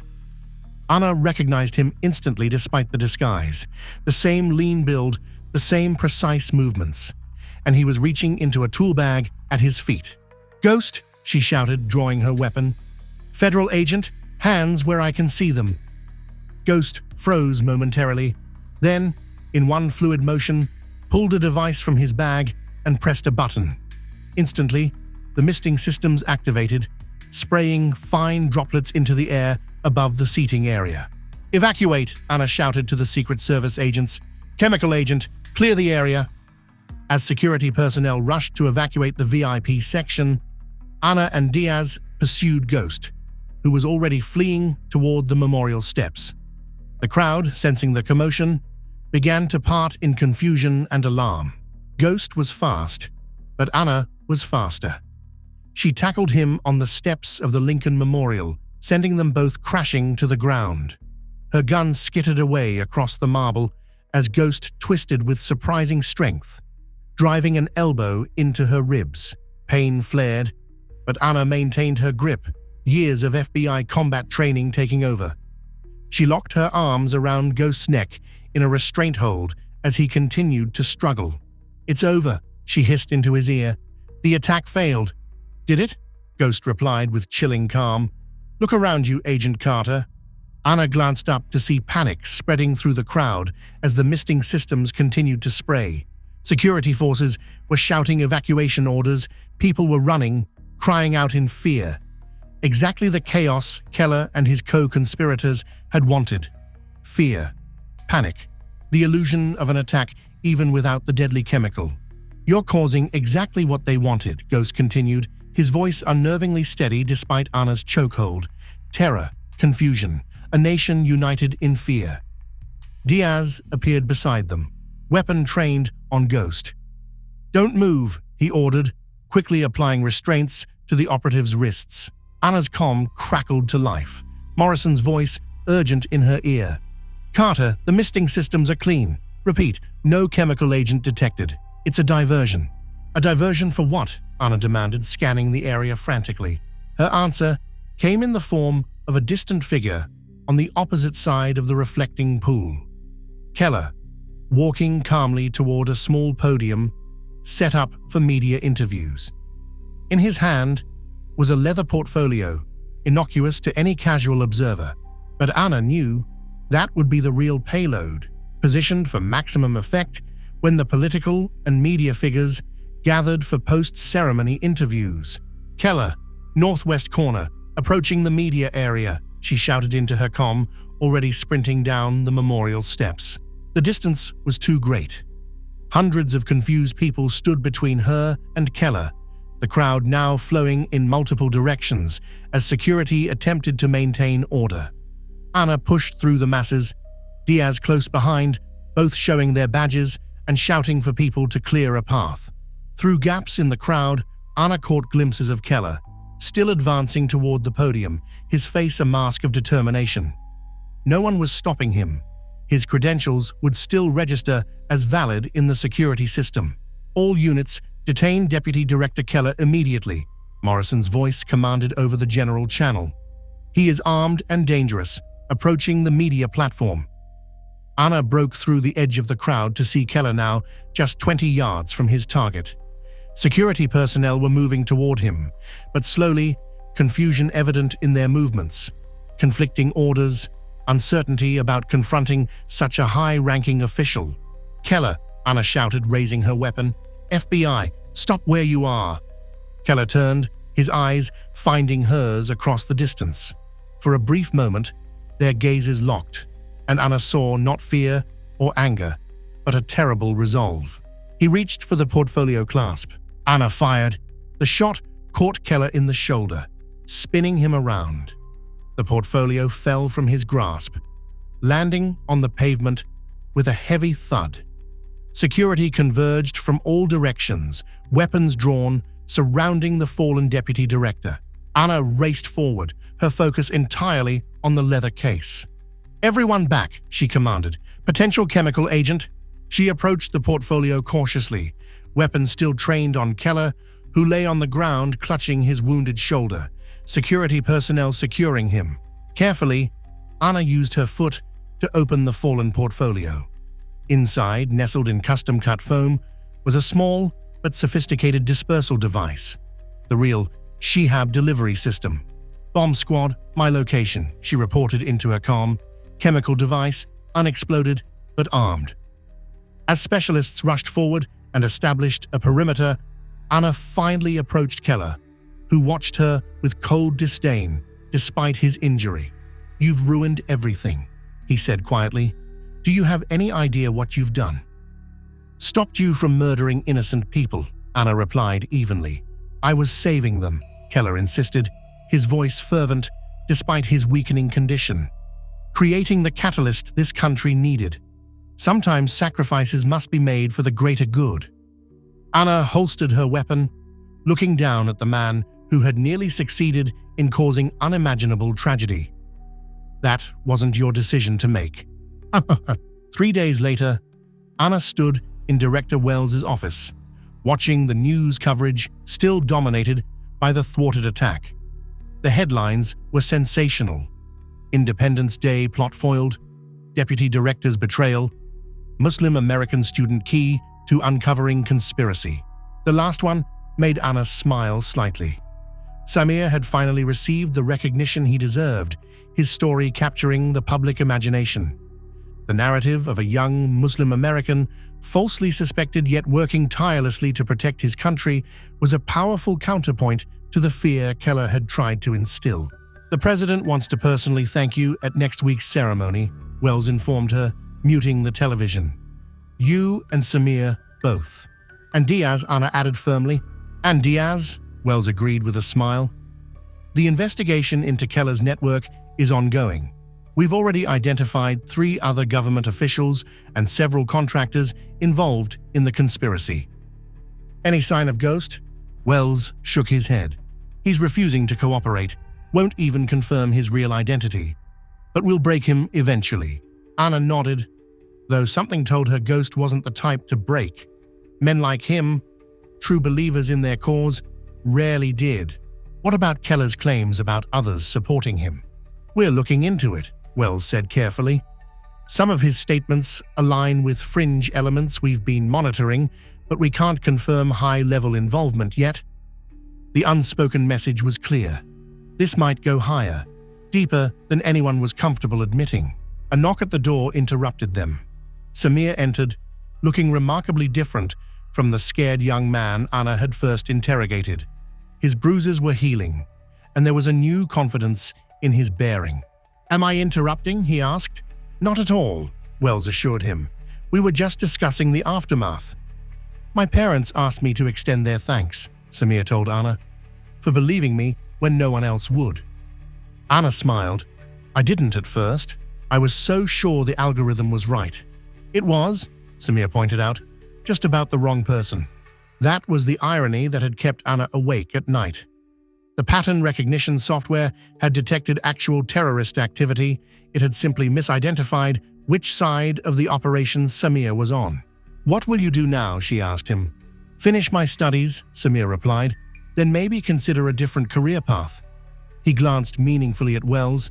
The director chuckled. "I think we could find a place for someone with your skills, Mr. Al-Masri." As they prepared to leave, Anna paused at the door. "Director, there's one thing that still bothers me. How did they know to target Samir specifically? Out of all the Muslim students who studied abroad?" Wells's expression grew somber. "We're still investigating that, but preliminary findings suggest they used the same algorithm we did, looking for patterns, identifying potential suspects. Then they created circumstances to make him look guilty. They weaponized our own methodology against us," Anna realized. "Precisely," Wells nodded grimly. "Which means we need to be even more careful about how we use these tools in the future." Outside the building, Anna and Samir paused in the summer sunshine. The mall had reopened, tourists once again gathering around the monuments, life returning to normal with the resilience that had always defined the nation's capital. "Do you think they'll try again?" Samir asked quietly. "People like Keller and Ghost?" Anna considered the question carefully. "Probably. Different people, different methods, but the same fundamental belief that fear can be harnessed, that the ends justify the means, and will stop them again. It wasn't a question, but Anna answered anyway. Yes, because ultimately, what makes America worth protecting isn't fear or force. It's faith in each other, despite our differences. She looked at Samir, the young man she had once suspected of being the enemy, who had turned out to be the key to preventing disaster. The algorithm pointed me in your direction, she admitted, but in the end, it wasn't technology that solved this case. It was human judgment, learning to see past assumptions and listen to the truth, even when it came from unexpected sources. Samir nodded thoughtfully.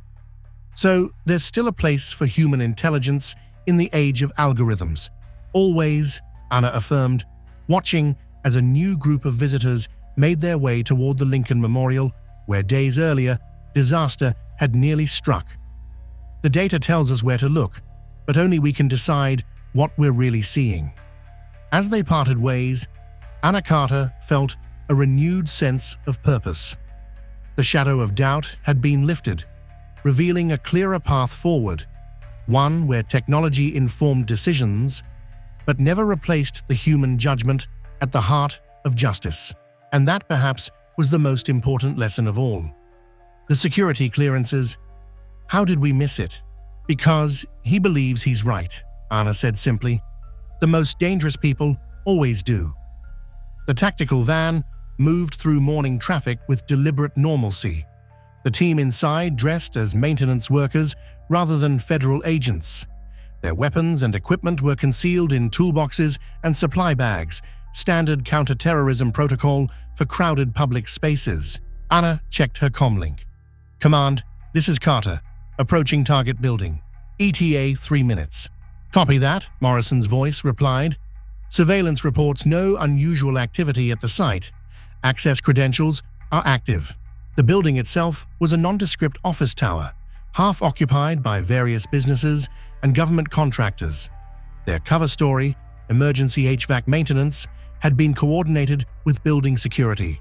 Remember, Anna instructed as they pulled into the service entrance, normal behavior until we reach the roof. If Keller has surveillance on the building, we don't want to tip him off.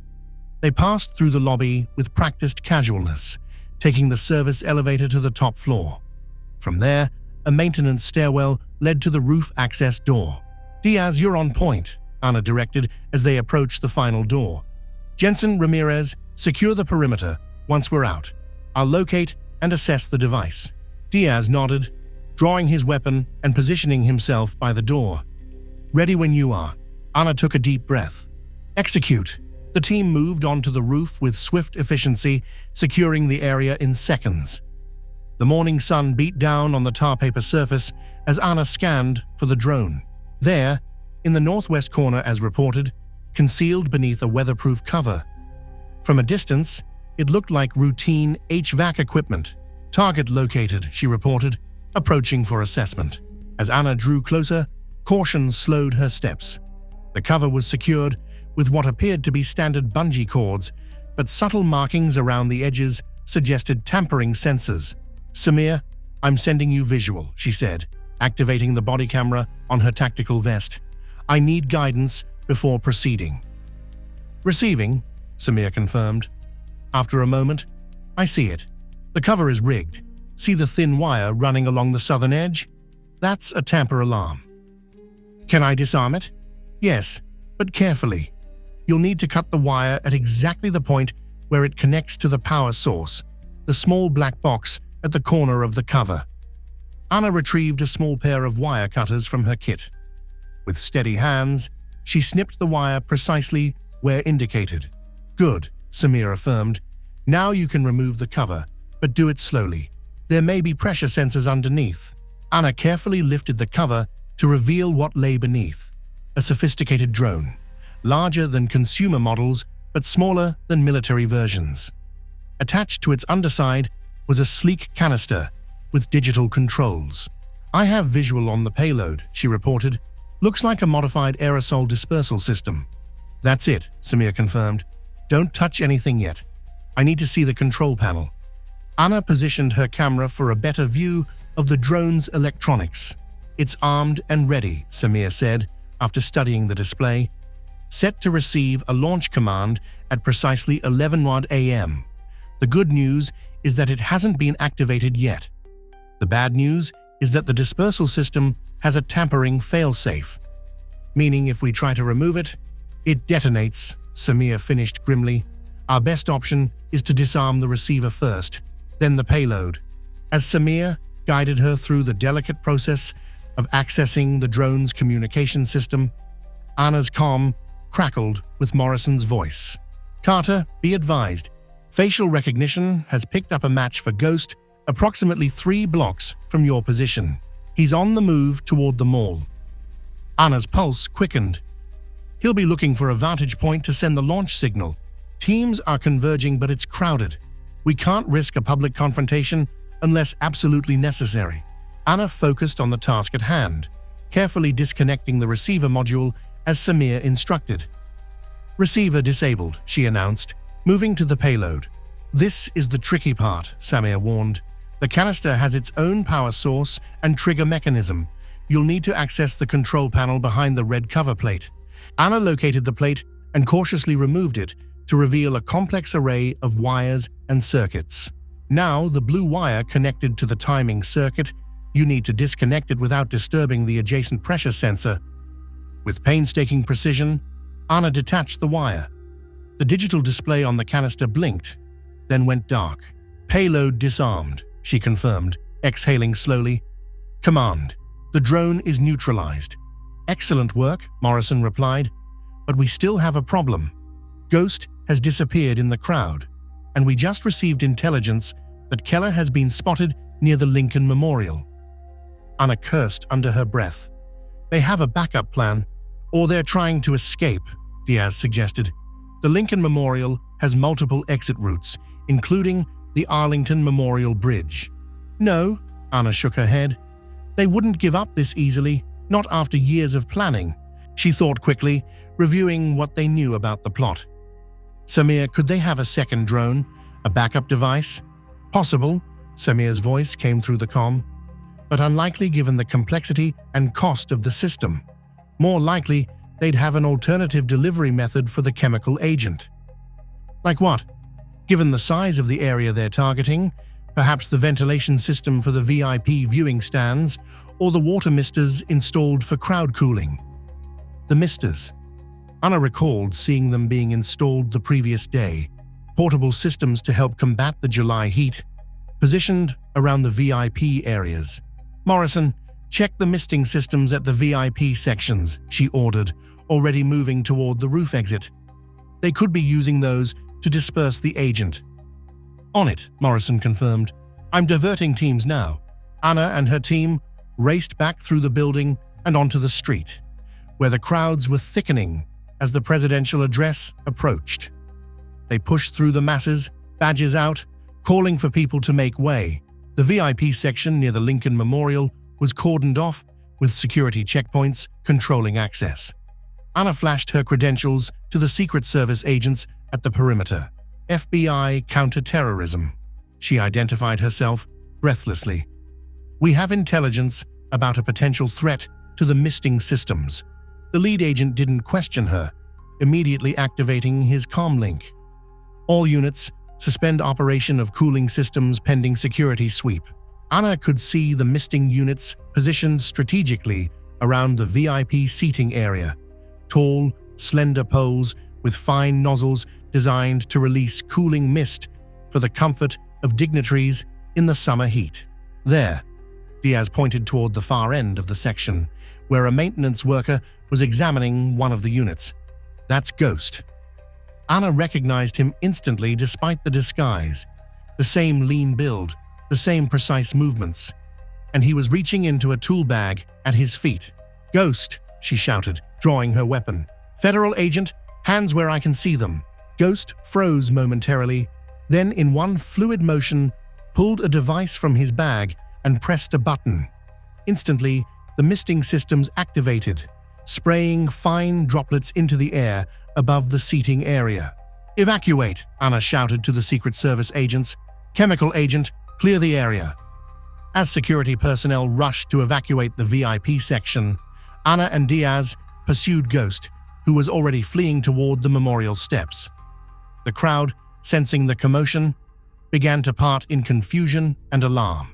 Ghost was fast, but Ana was faster.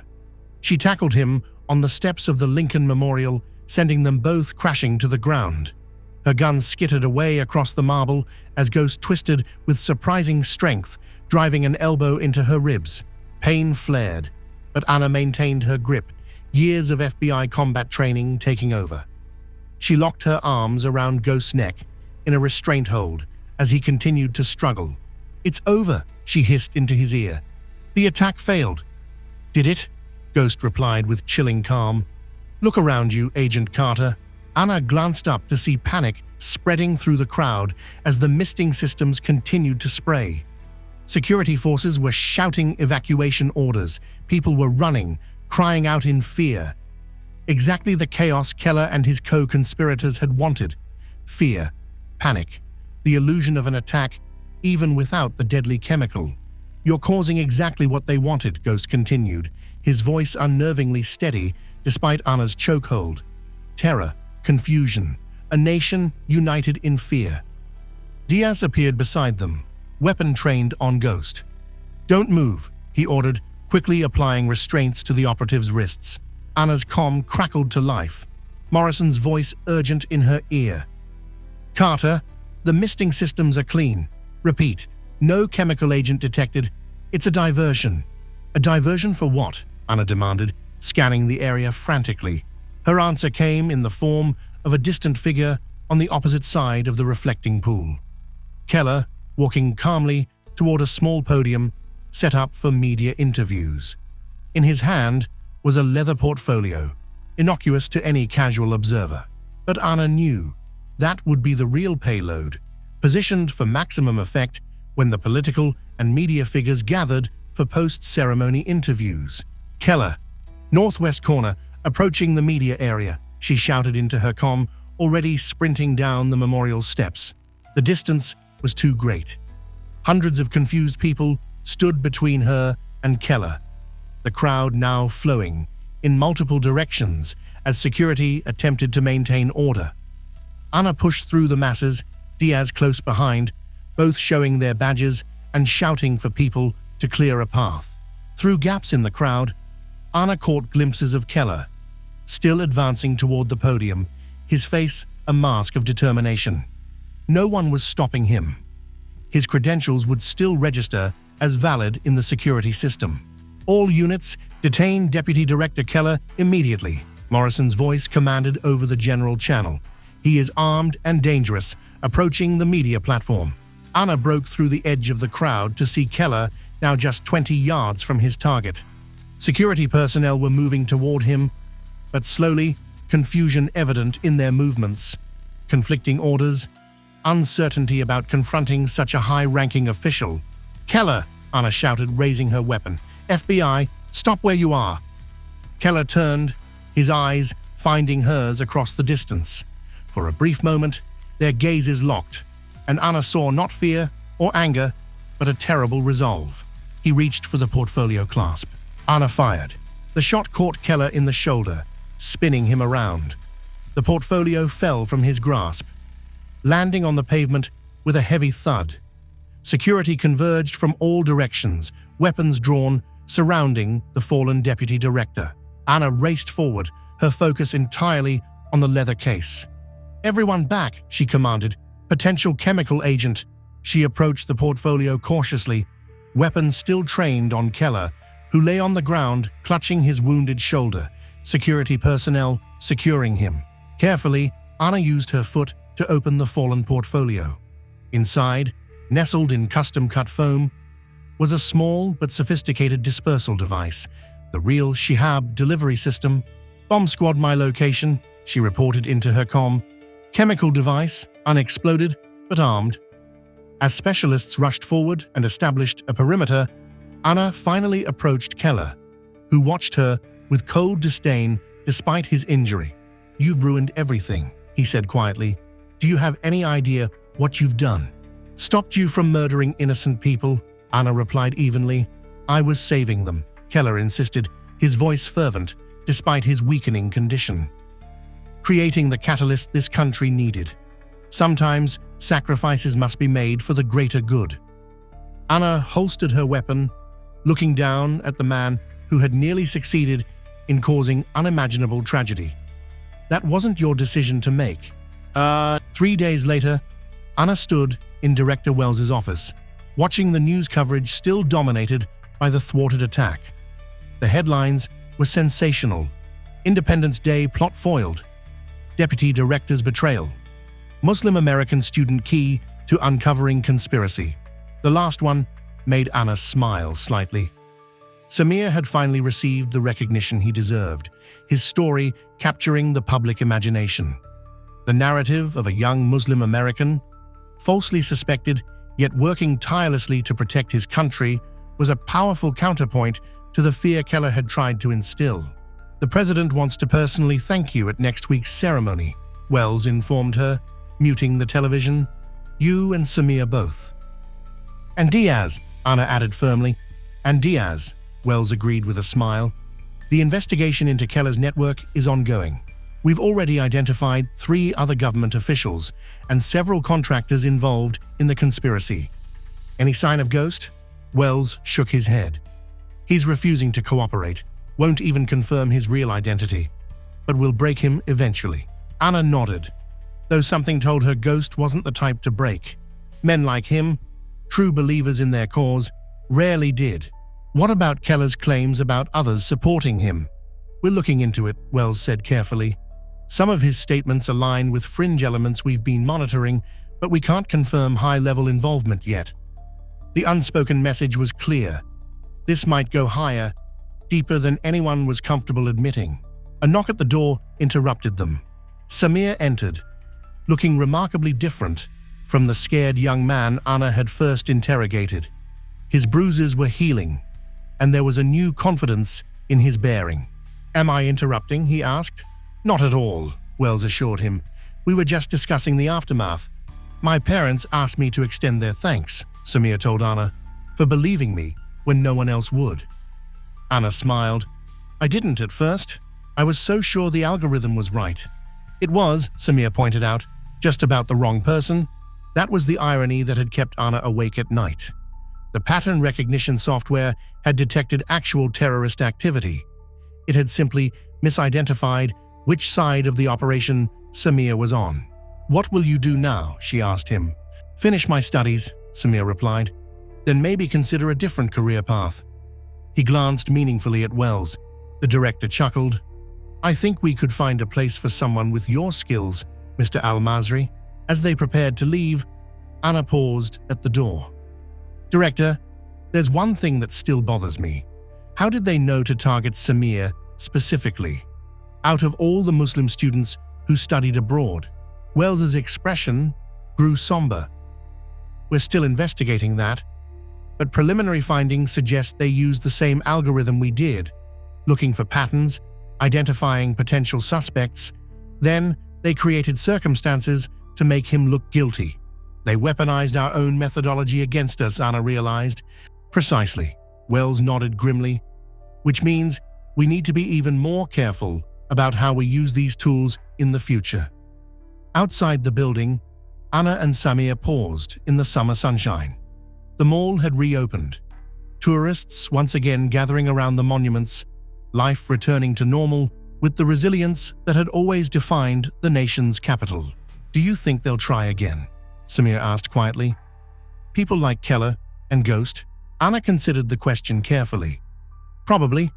Different people, different methods, but the same fundamental belief that fear can be harnessed, that the ends justify the means, and we'll stop them again." It wasn't a question, but Anna answered anyway.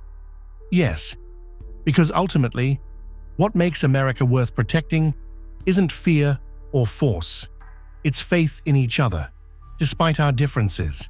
She looked at Samir, the young man she had once suspected of being the enemy, who had turned out to be the key to preventing disaster. "The algorithm pointed me in your direction," she admitted. "But in the end, It wasn't technology that solved this case. It was human judgment, learning to see past assumptions and listen to the truth, even when it came from unexpected sources. Samir nodded thoughtfully. So, there's still a place for human intelligence in the age of algorithms. Always, Anna affirmed, watching as a new group of visitors made their way toward the Lincoln Memorial, where days earlier, disaster had nearly struck. The data tells us where to look, but only we can decide what we're really seeing. As they parted ways, Anna Carter felt a renewed sense of purpose. The shadow of doubt had been lifted, revealing a clearer path forward, one where technology informed decisions but never replaced the human judgment at the heart of justice. And that perhaps was the most important lesson of all. Wow, what a story! And there is more coming. Don't forget to subscribe to not miss a new stories.